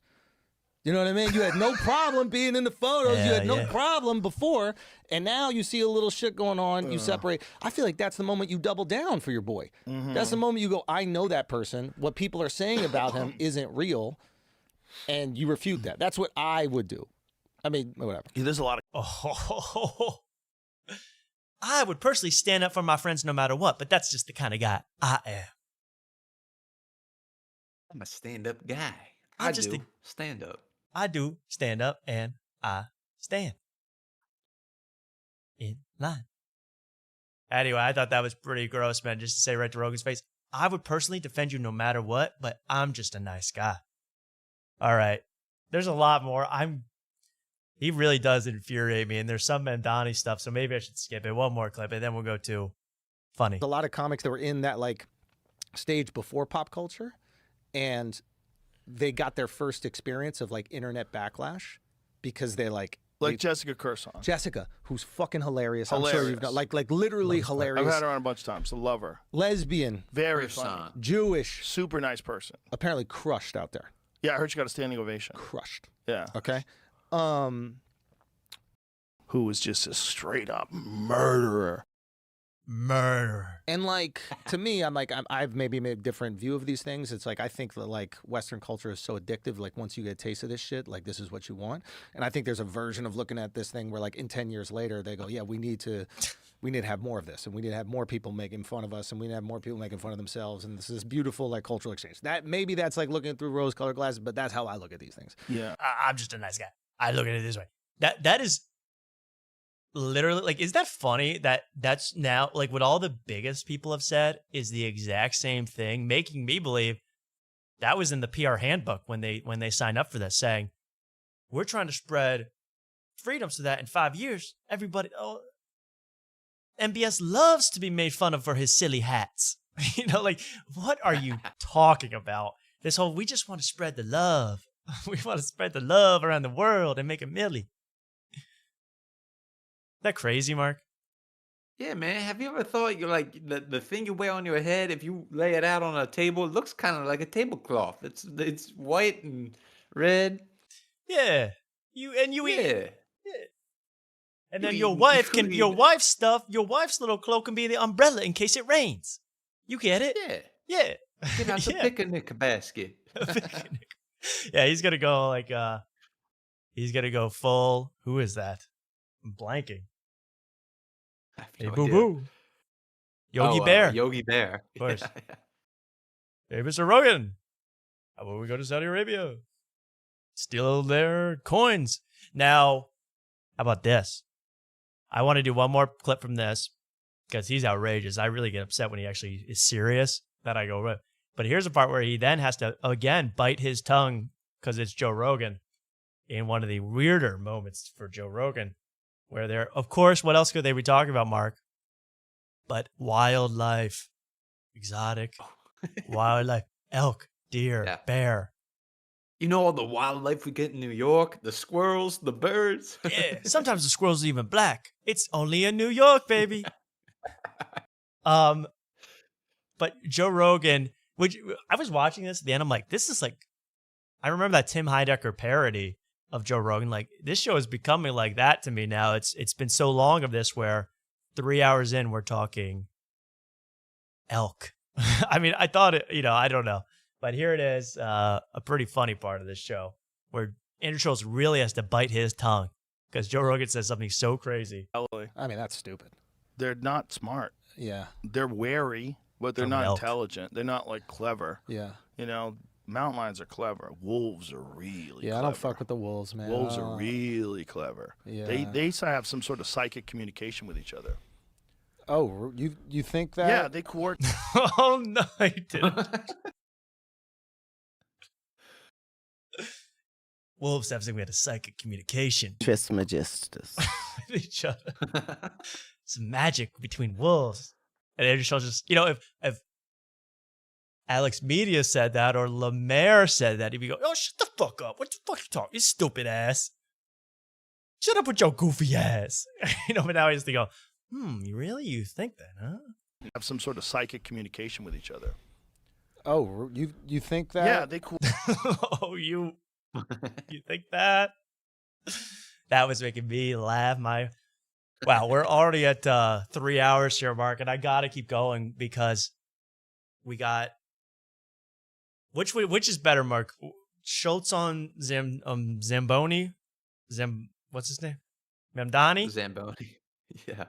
Schulz with Or? Mamdani or Schulz actually performing at the Saudi Comedy Fest? Because that part was pretty funny too. Dude, well, where's our 3 hour mark? I haven't heard that in a while. Oh, we're literally 1 minute away. I can't hit it yet. It would be illegal. Okay, then I don't hit it. I thought the Schultz in Saudi was good after you listen to Flagrant where they talk about it and they talk about the joke that the one guy says. Right. Well, so maybe that I can't skip to that, but what was the Yeah, point that I Alex Media did his first ever stand-up joke, right? Yeah, but they're saying the whole thing about slaves, and then they treat that guy kind of like a slave. Yeah, that's right. You Yeah, know, they're making it's pretty funny. Let's watch him talk Saudi, go into Saudi, because I just thought Saudi Arabia gets these jokes, and what's always crazy to me, but Man, this these is are where my fans are, man. This is. I just go where my fans are. He said that twice now. yeah, he said that twice now, and he's where his fans are here, and you'll notice at the end when they have a couple shots of the crowd, his fans in the front row might as well be cutouts. They're all oil sultans sitting completely dead-faced, watching this go on, watching the clown show so they can get some clout. It's pretty funny. But this starts with, we'll skip to the end, but the amount of stuff he does where he goes local references, honestly, makes me ill. Where he goes, oh, you must be from Oman, am I right? And he actually does what I want to call sort of, he's kind of morphing in real time into doing Arab voice, Arab accent for the Arab community. It's pretty interesting. Take a listen. And ever since I arrived, everybody keeps asking me, like, "But brother, are you excited to see Saudi? Are you surprised by Saudi culture?" And it's like, I've seen it before, guys. I've been to London. It's not anything This is a great show. You're in a maternity chair. I mean, you're really relaxed here. new. Same shit, okay? There's two Drink empty chairs. coffee. Wait, hold on. Go back. Yeah. There's empty chairs. There's two empty Everywhere. chairs, and then two back. Yeah, it keeps going back. Yeah, no, this is not a They're empty. sold out show. This is a show, yeah, again, to prove Saudi Arabia's might, that they could get the mighty Andrew Schulz. Drink coffee, smoke the shisha, tell the Indians what to do. It's the same thing. That damn thing. Sadiq, more calls on the shisha. Sadiq, more calls on the shisha. It's like you should, I'm going to be honest, you should not know this much about the place you go to when you were able to get to this level of relating to them. Am I right? Isn't it like creepy? Like, Yeah. if he showed up to your apartment, Mark, and was like, ooh, how about, he just started naming everything in your fridge without you even knowing what it was, without him even ever opening it. He has too much info. He is too good at morphing into whatever. He's like, I live here now. I live here. That's what creeps me out. It's way too much of this. Like, I know your culture. Sadiq. And he would say, they're haters. I'm killing. And he is. He's killing.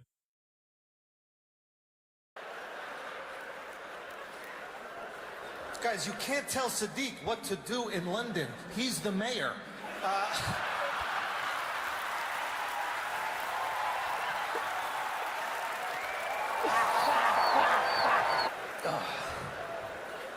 Yeah, the laugh he does. I don't know if it was that one where he laughs into the mic. It sounds weird as hell, but I think he does it again. Yeah, he does do a really weird one. He does do a really weird laugh, too. So funny. Wasn't just me. Like my Saudi friends do the fucking dumbest shit. They will go to London. My Saudi friend. I got Turkey Ashik on the line. Really, if any comedian you know has close, Saudi friends, UAE friends, Kuwaiti friends, he might be making oil money on the side. It's a little suspicious. You get all these friends in all the oil states. To hook up with girls who are from Saudi Arabia. You're just wasting money on flights, fella. Yeah, well, the joke about Sadiq Khan, who's the mayor of London, was, as Josh Denny fan points out in the chat, guys, I know we have Indian slaves here, but over there, he's the mayor. Get it? Yeah, it's funny. I get that. I wish we could enslave him too. You don't need to go all the way to London. You can stay right here and buy a Land Rover Defender. Look for a Chinese car on the road. And just follow it until a stop sign. That was it. That was the Arab voice. Did you hear that? Very subtle. Stop sign. He doesn't talk like that in New York. And just follow it until a stop sign. Stop sign. Sign. What? Yeah. He is a weirdo with that, man. I mean, once you listen to it, you're like, ooh. Ooh. I don't know where he starts to laugh, Mark. I couldn't pinpoint it down, so why don't we get to... Yeah, there was another one I forgot. Yeah, it comes up, but it really gets like, oh, he's just going to keep making jokes that only Saudi gets. Okay, man. Yeah.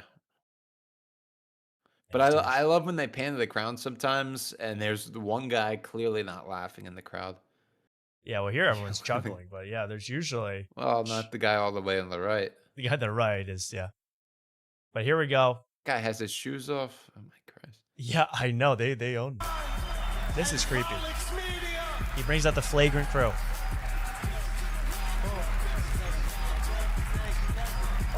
That's what I call a smattering of applause for the rest of Flagrant. All their fans. Even they're calling them, even the Saudis are calling these guys the white guy and the black guy. They have no clue.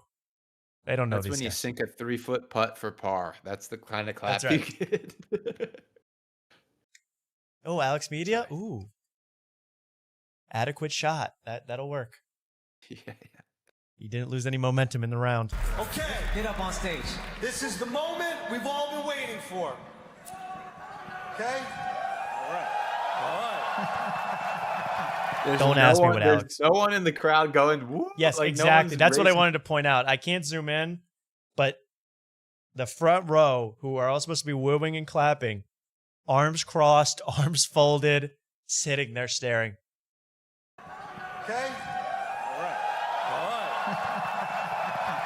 But like not even the front row, like the whole shot. The next Like, you next can few see rows, no one clapping. Four rows at least. Yeah, not clapping. And yeah, I wonder what Bad Friends was like. I wonder what all these live podcasts were like, where they obviously, you don't know the guys. These Saudi people don't even know who's on stage. How are they going to get into the live podcast rhythm? Must have been a mess. Yeah. Be polite. It's his first time doing it, and he's doing stand-up. You can't buy him. Just need to make sure everyone... Again, I don't see a single movement from the front row after the joke about, haha, wouldn't it be funny if you could buy my friend like you buy other people, human beings. One guy moved. One guy moved. I'll One give guy him that. shifted. He actually went to raise his hand as if in an auction. These are people are sick. He went to grab his auction card. Yeah, exactly. And by the way, Alex Media, I don't really mean to hurt your feelings by saying this, but a high enough offer, Andrew Schulz would consider it for you to stay in Saudi. Hey, man, I'll split the bag with your family, man. No problem, but you got to stay here. I'm loyal like that. Everyone knows this is not a bidding. It's just indentured servitude. It's only 10 years of labor. I saw some people in the back throwing out numbers. 300, 400, You stole his joke. 500. No. We cannot do that. Okay, Alex, take it away. But how much though? Hey, that's kind of lit What though. a riff. That's kind of lit. Like you would be a slave, just like you actually have slaves in the crowd. Yeah, yeah, right. Yeah, let's lit. It's kind of. Hey, yo, like I'm actually like tired and sick of working for Schulz. So Actually, this get might me outta be here. actually working in, a Sultan's garden landscaping for the next 5 years. Doesn't sound so bad, actually. This is maybe more respect. Maybe I'll consider it. This is pretty gross when you consider that, again, they are one of the highest, what are they, like, one of the states with the most actual slaves.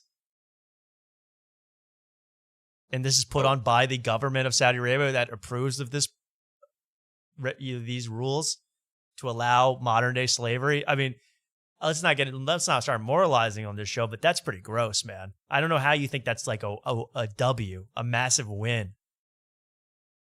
Be like, yeah, we were joking with them, man. And cut up those journalists too, bro. Like, but just save a slice for Akash. He's gaining weight, bro. He's kind of fat, yo. Come on. Come on. This is the real Dubai chocolate.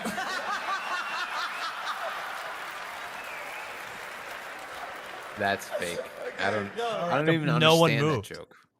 Yeah, that's some stupid. Don't even worry about that. It's not worth explaining. But again, guys with their legs crossed, guys with their head in their hand. Nobody. I mean, if you zoomed in, you could see. All right. And watch the reaction to his epic one-liner. So I'm blanking completely. Then he forgets it. Of course, Alex Miller. Wait. What? What? Play the whole thing because I feel like it's. I don't know. I feel like I'm it's sorry. pretty I'm actually brilliant. getting ill watching this, but I'll keep going. Yeah, no, that's okay. Blanking completely. This is He's blanking. Dude, guys, listen. Just we need a little support. Al dressed.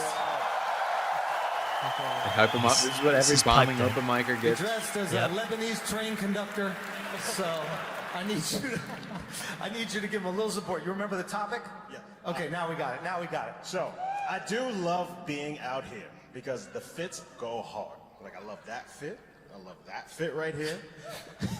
It's really the only place that I can be surrounded by a bunch of dudes in white sheets and not be afraid for my life. Who's just a straight up murderer. Pop. That's called a pop in our industry.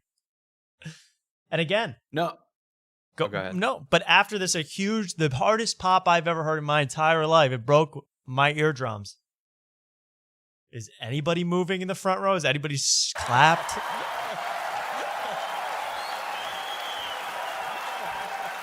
One guy's getting up to leave. One guy half stood up to leave. Is it over? And someone says they're all wearing the same outfit. Yeah, how are you calling out their fits? They're all wearing the same fit. That fit is hard, and that fit is hard, and that fit is hard, and that fit is hard. Oh, they're all hard. Saudi, man, thank y'all so much. I mean this sincerely. Thank you. No, but the whole thing is pretty obvious that Schulz wrote that joke. Yeah. Because then he makes a joke about like he looks like this. So then the guy was like, "Oh yeah, it's a joke about how I look," and then he does the joke, and then it fucking crushes. It kills. It kills.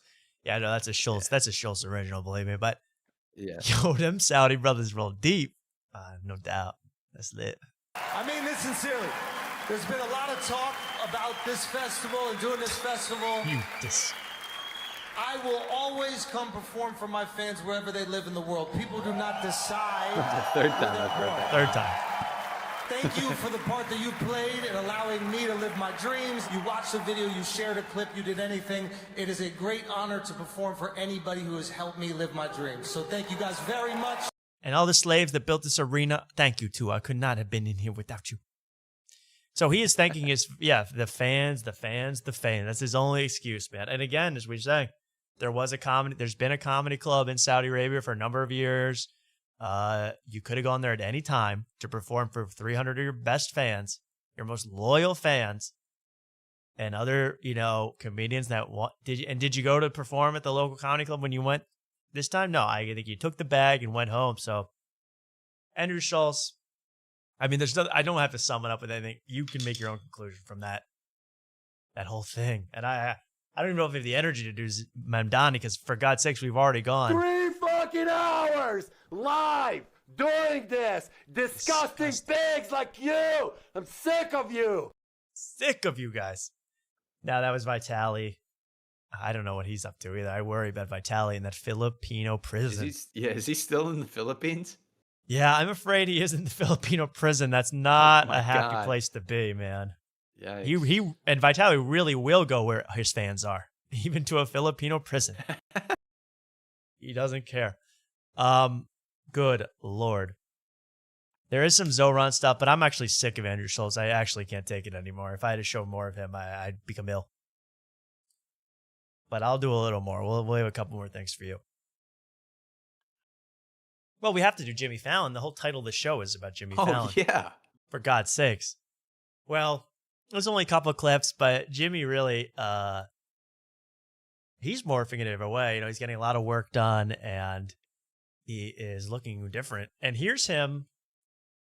What should I do first? I guess I just want to show. Here's a little clip from when Jason Bateman was on the show, on The Tonight Show. Just to show you what The Tonight Show is, because people are even asking in the chat, in the Discord group, which if you're here, please, if you want, join the Discord. A lot of chatting goes on there, a lot of news about this very show and when we're going live and all that stuff. So be sure to like, comment, and subscribe. And those are in the whatever. Look up the description of the show, and you'll find all that info. Or again, DM Mark for everything you need. Okay, so let's go to this is just what the Tonight Show is now. I can't show this in too big a screen. But do you guys know about Labubu? I guess it's the new Beanie Baby. I'm that much of a boomer now. I don't know what it is. It's incredibly stupid. And poor Jason Bateman has to promote that show that I heard was not very good. Was it Black Rabbit, Mark? The Black Rabbit? Yes, Black Rabbit. Yeah, Black yeah, Rabbit. Yeah, my favorite club in Austin, next to Narvar. Yes. And here's a little clip of what they do on The Tonight Show now. This is, wait till you hear the name of this. They always play games. If you know Jimmy Fallon, he loves games. I've never met a man who loves a game as much as Jimmy Fallon. It really is actually concerning how childlike he is. I wonder how hard Jimmy Fallon goes at drinking games. Oh, that's the thing. I think that's what I really want to do with Jimmy Fallon. Just go to the bar with him. He is a blast, apparently. He goes all night, hard at drinking, singing. Yeah. He just tries to dominate everything. And I like that about him. I know the real Jimmy. And that's why I want to meet you, Jimmy. Please, $500 is yours if you come on the show. Part of our, I should mention this, huh? Because it did work already. We already got one guest. It's our 2025 Cash for Guest contest, and Mark said I was stupid for ever coming up with this idea. But I never said that. No, I know. I just made that up. But okay. Also, Also, I got to give props to whoever told Ben Avery that only one of us was shit talking him, which neither of us ever shit talked him. But it's funny to say one of them did. And then Mark really backpedaled. Had a real trouble explaining himself. A very funny part of the interview, Mark. Yep. Yeah. So funny. With me genuinely backpedaling, I'm trying to come up with anything. I bring up Tim Dillon for no reason because I have nothing to say. You panicked. I absolutely panicked. Very funny. I was laughing because I said, I if we ever have, please clip it and send it to me. But I really don't. I think I said I want him on the show. That's the most I ever said. So that either of us ever said. So it's very funny to say one guy. And then people in the comments were like, glad. One guy said, glad Ben called them out for talking shit about him. I said, good. Yeah. Again, we'd be honest if we did, but I don't remember that. Pretty funny. Pretty funny. It would make me laugh. Anyway, our Cash for Guest contest. Ben Avery is now off this list. And the winner of that, I think it was an Army of Tigers. He won the prize of $50, but everybody else here is still up for grabs. Jimmy Fallon, a whopping $500. P. Schwar, Eric Andre, Steve Gerbies, Lemaire. Some people are very gettable. Some people here, I'm just too lazy to DM. So you could make that money easy. So again, check it out. It's on our Instagram and Discord. And if you want to get us a guest, you can win cold hard cash.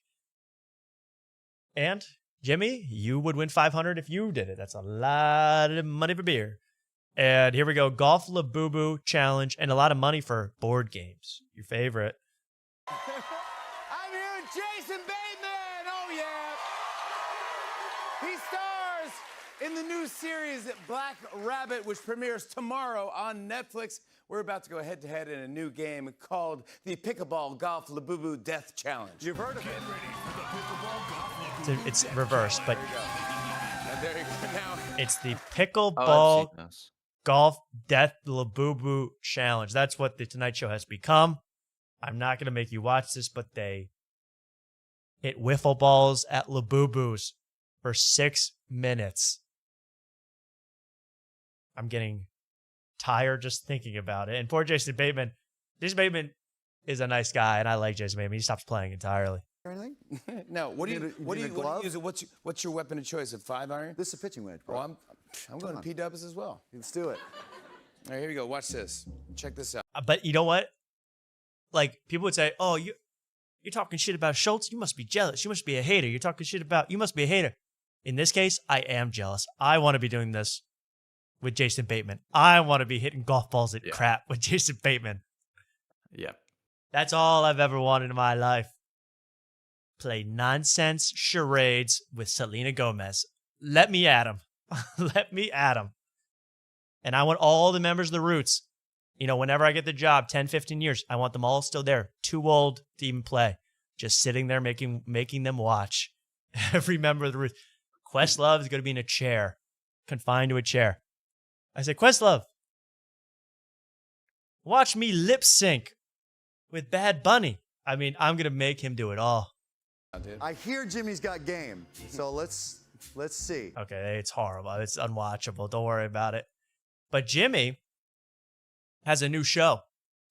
Jimmy Fallon actually has a new show for NBC. Maybe, you know, actually, there's two things Jimmy is doing right now that both shock me. He is producing. He's the producer, Mark, on I don't even know how to say this, a Wordle TV show. A TV show, game show based off the game Wordle in 2026. Coming out.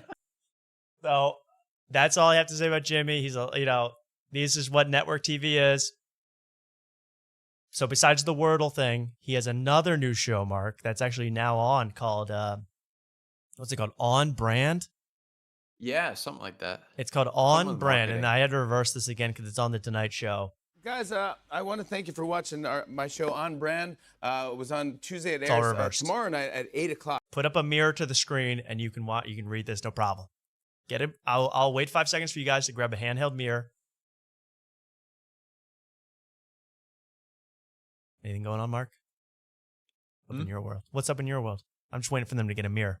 Oh, yeah. Well, you don't have to grab a mirror if you just watch primetime television. Come on. True. If you guys really have guts and you're watching. Yeah. I have YouTube TV. I record every episode of The Tonight Show, Jimmy Kimmel Live, and Stephen Colbert. And The View. And I've yet to watch one episode of any of them. But I do record them all. Okay. They all just sit there. Someone got a mirror? Okay, good. As well. And it's also on Peacock. But on the show, it's a competition show. A business Peacock. People just remembering that existed. This competition show where people try to get the next marketing campaign for a big brand or something like that. So he doesn't even care. Do you hear that? This is his show that he hosts and created. And he goes, it's a show where people try to create things or brands or something like that. I don't even really know. I was there, but wasn't really there. Why? Listen to him explain this. I didn't even notice this. it's a competition show, a business competition show where people try to get the next marketing campaign for a big brand or something like that. So something like that. Something like that. You host the show. Tuesday it was Duncan, and this contestant. I one love of the product creators on the placement. show, Ryan came up with this idea. He won, not to spoil, but he won, and he made these the Duncan Power Pail. So it's like their $6 meal deal, right? And it looks like a little like a lunchbox. But it also comes as this is the class pack here. This is the commuter. Look how cheap cardboard crap. I mean, I've never seen such a good idea before. cute that one. Hey. And then look at this, the care box. Like, I need to have a live studio audience that when I show them a empty Dunkin' Donuts cardboard box, they go, "Aw, aw." People here are too mean in the chat. I need everybody dying laughing and saying, I go, you know, I saw my dog earlier today. Aw. I need that kind of reaction. Oh, cardboard crap. Ooh. Come on. Anyways, it came out like the day it comes out after the show, so it came out Wednesday. Sold out. Whoa! In the store. He's gonna make a joke in the store. Oh yeah, and there's Steve Higgins. I love Steve Higgins. Steve Higgins, when I take over, I want you to stay on. You're actually good. Oh, I thought I would take over, but you're gonna be playing the Empire State Building. You're gonna be in the background. If you don't mind, you're gonna be standing still. Or just my with a face. little helmet. Yeah, it's your face like the Tin Man from Wizard of Oz. That's gonna be you on the Tonight Show. Don't worry about it. It's gonna be great. You're gonna get paid scale. Oh, okay. but no, it's a big hit. But I just love that we're doing the show. I'm interested in all this type of stuff. But the fact that we created or we watched, I don't think so. The guy create this in real time, and it might be like the next Happy Meal or whatever for Dunkin'. Oh. And it's just a cool deal. So, anyways, thanks to everyone at Dunkin'. Thanks for that excites you, Jimmy, at this point in your life. They could be creating the next Happy Meal, but for Dunkin' Donuts. I'm overjoyed. Wait, I need was a shot. that just the promo for his show? That's it? Yeah, no, he's gonna now show. Now he's gonna make, like, imagine you go to the Tonight Show. Your whole, like, there's boomers whose whole dream is to visit the Tonight Show set and see what celebs are gonna be there, and then you have to watch a 4-minute segment where he describes a Dunkin' Donut box and then shows you on the monitor an ad for his new show where they make Dunkin' Donut boxes. This is what you're about to experience, everybody. I know people that have been to these shows. They say it's specifically the Tonight Show with Jimmy Fallon. It's torturous to be in the audience. You're forced to applaud. You're forced to and he takes so many cuts and it's so choppy. It's apparently a big mess, and I want to be there. everybody for watching. It is a hit. It's a big hit. It's kind of cool. It's a hit. New episode airs tomorrow. Brand new episode tomorrow at 8. And then also, if you want to binge, go to Peacock, man. Go to the P. Yeah. Look at that. Double whammy. Ding dong ding. So it's kind of like The Apprentice, except for instead of like individuals trying to win in a business, it's a guy trying to make the McDonald's bag look a little bit better. Like, that's the show. If it's like The Apprentice, does that mean that Jimmy Fallon's the next Donald Trump? Jimmy is Trump. Yeah, he's the next president. Yeah, you'll be the late night host, and he'll be the president, and he'll come after you. And I'll yeah, I don't know. God only knows. But I'll have to tussle Jimmy Fallon's hair when he's running for president, just like he did Trump. It's a cycle. Oh, magic. The next big idea is out there, and it could come from you. And you're going to see how uninterested Jimmy Fallon is in the trailer for the show. I love this content. And this is what I mean. This show is about literally selling out. The next big idea is out there, and it could come from you. I love coming up with ideas. I love advertising. I love reality shows. So I've created... You love advertising? Aren't you a 55-year-old host of The Tonight Show? You love advertising. I like he has a blizzard in the background on this shot. Yeah, I don't know. It's like 8 different seasons when he's recording all this. He clearly, they just get him when he has like 5 minutes of spare time to shoot this. And if you're hosting The Tonight Show, shouldn't you love comedy, not building brands and watching innovation happen? Also, if you go back... If you go back to that shot of him with the blizzard behind him. Yeah, the blizzard shot. I love the blizzard shot. Yeah, the mic he's using is one of those telecom mics that the principal would use. Yeah. It's got the intercom button on it. Questlove, please come in here now. I have to sell something from Roy Rogers. You've been summoned. Black Thought, I need you to do an ad for Chili's today. You know, he is into his advertising. These poor Roots people. up with ideas. I love advertising. I love reality shows. I mean, don't we love advertising though? We've been talking about we love it so advertising. We love advertising. So And we're he's not gotten that so far. much. He's gotten so much work done.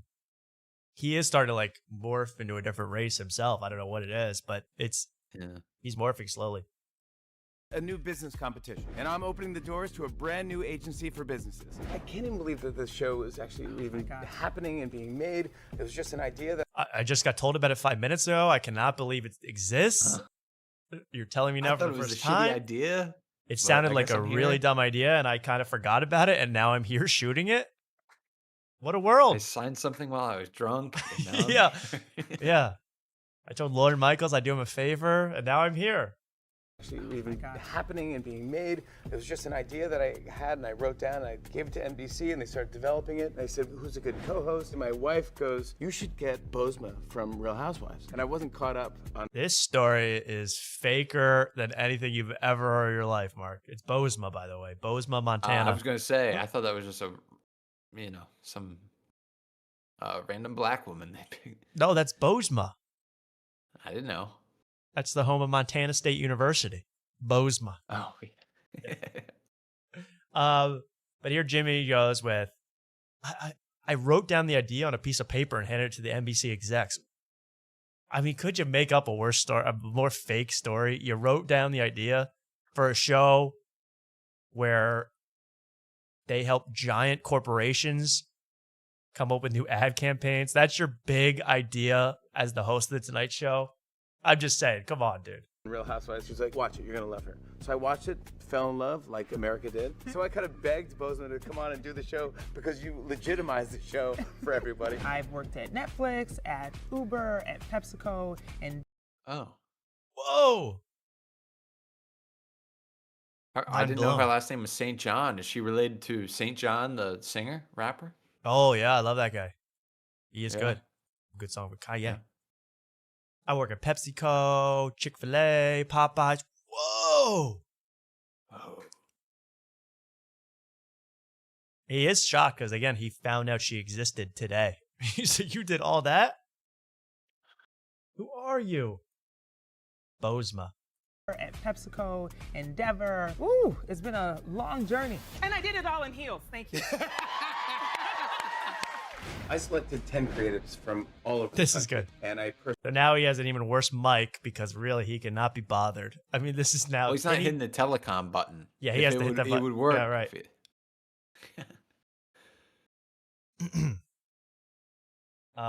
The Weekend, could you please come in here? I want to play charades. Weekend to Jimmy Fallon's office. I'd like to play charades. Bradley Cooper, I'd like to play tic-tac-toe now. Come in. 10 creatives from all over the country, and I personally sent them a letter from me telling them that they got the job. Okay, so this is when I started dying laughing. You know how some shows where they go like, you're on this show, you've made it on, you're gonna be one, like Donald Trump on The Apprentice would say, call them on the phone and go, I want to have you on the show. I'm not doing Trump, but I want to have you on the show. See what you can do. Right? Now Jimmy Fallon writes them a letter like they're going to Hogwarts. I thought this was the funniest part. Clearly has no idea what the show is even about. I love this part. They got the job. Dear Mahari. And I did it all in heels. Thank you. I selected 10 creatives from all over the country, and I personally sent them a letter from me telling them that they got the job. Dear Mahari, we would like to offer you a position at the On Brand agency. I need Mahari because you need someone that's got style, and this guy is fashion. Congratulations. I don't know. Something about him saying I sent them a letter that's just an email written by an intern. Yeah. I don't know. Something about that. So she's so checked out of this idea. I love this. And this is, I can't read that backwards. Is that Dasani?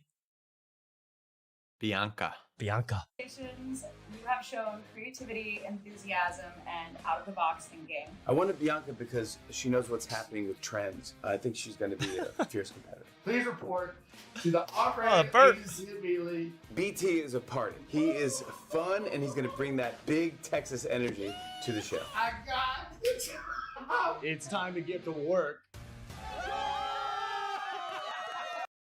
Then Jimmy again. You could have given him anything to read. I needed Hitler for this thing because he really thinks outside of the box. I mean, he really is a free thinker. I need Osama on this show because he gets things done. I mean, he would read anything off a teleprompter. He's never met these people, never heard of these people. We take the show serious. Yeah. She has a reputation to uphold. Yes. So this is actually a real reality show with real stakes. Not everyone gets the chance to face off in front of a CMO of a big brand. And now we... Whoa, I can feel the excitement building in my loins. A CMO? I mean, you gotta be joking. The laziness of this stuff. Give them the shot. We brought them here to the on-brand agency where they will be battling it out to see who can come up with the... And again, battling it out means writing on an iPad. I mean, I need to watch the show in full. I just want to tell you, this is what they're showing on network TV to your grandparents right now. This is what they're showing to people. I mean, maybe no one else cares about this stuff. I'm obsessed. most creative campaigns and who can earn the Marshall title of Sonic Innovator Pillsbury of the Year. A title that comes with a $100,000 bonus. That's crazy. You're working with real brands. This is a huge opportunity. And at the end of every episode, they will create an idea and a product that will be available in real life. You guys are going to wrap a plane. Captain Morgan's campaign. Duncan's been around forever. We're spending millions of... Whoa. So just the greed of this show, I'm just obsessed with how they can combine brand synergy with helping out giant mega corporations and slapping Jimmy Fallon on it. I mean, you're right, Mark. They need to go and do the tits. They need to go to struggling brands like Tits and help them out. No, that's not what I was referring to. I just think my hoodie matches that girl's blazer. I think we're looking cute tonight. I think you are looking cute together. That's true. Thank you. That's all. dollars on this. Millions. I believe in you. I believe in you. I believe. At the end of this campaign, we do need to let someone go home. Please let it be me, says that guy. Get me off this show.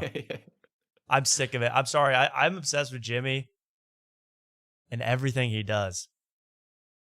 And I'm starting to get obsessed with Bozma. Yeah. Bozma. Did she work in the cantina in A New Hope? Bozma. I don't remember. What her great name.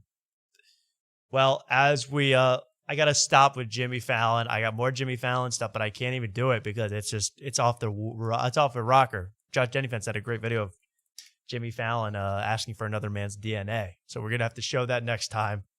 Yeah, I just watched that one. That was very entertaining. I love that sort of thing. I want to say thank you to everybody who joined us back on our regular scheduled night, Wednesday night. I had a great show with you all. Mark, thank you for being here and great looking out. Thank you for continuing the We Might Be Drunk protest. Oh, he's doing another shot. Let's go.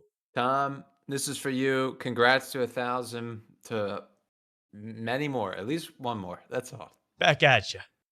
I'm going to go to bed, and I'll see you guys tomorrow. Oh, God. I'll catch Wrong up on the pipe. screen. Thank you, everybody, for watching. I don't know when.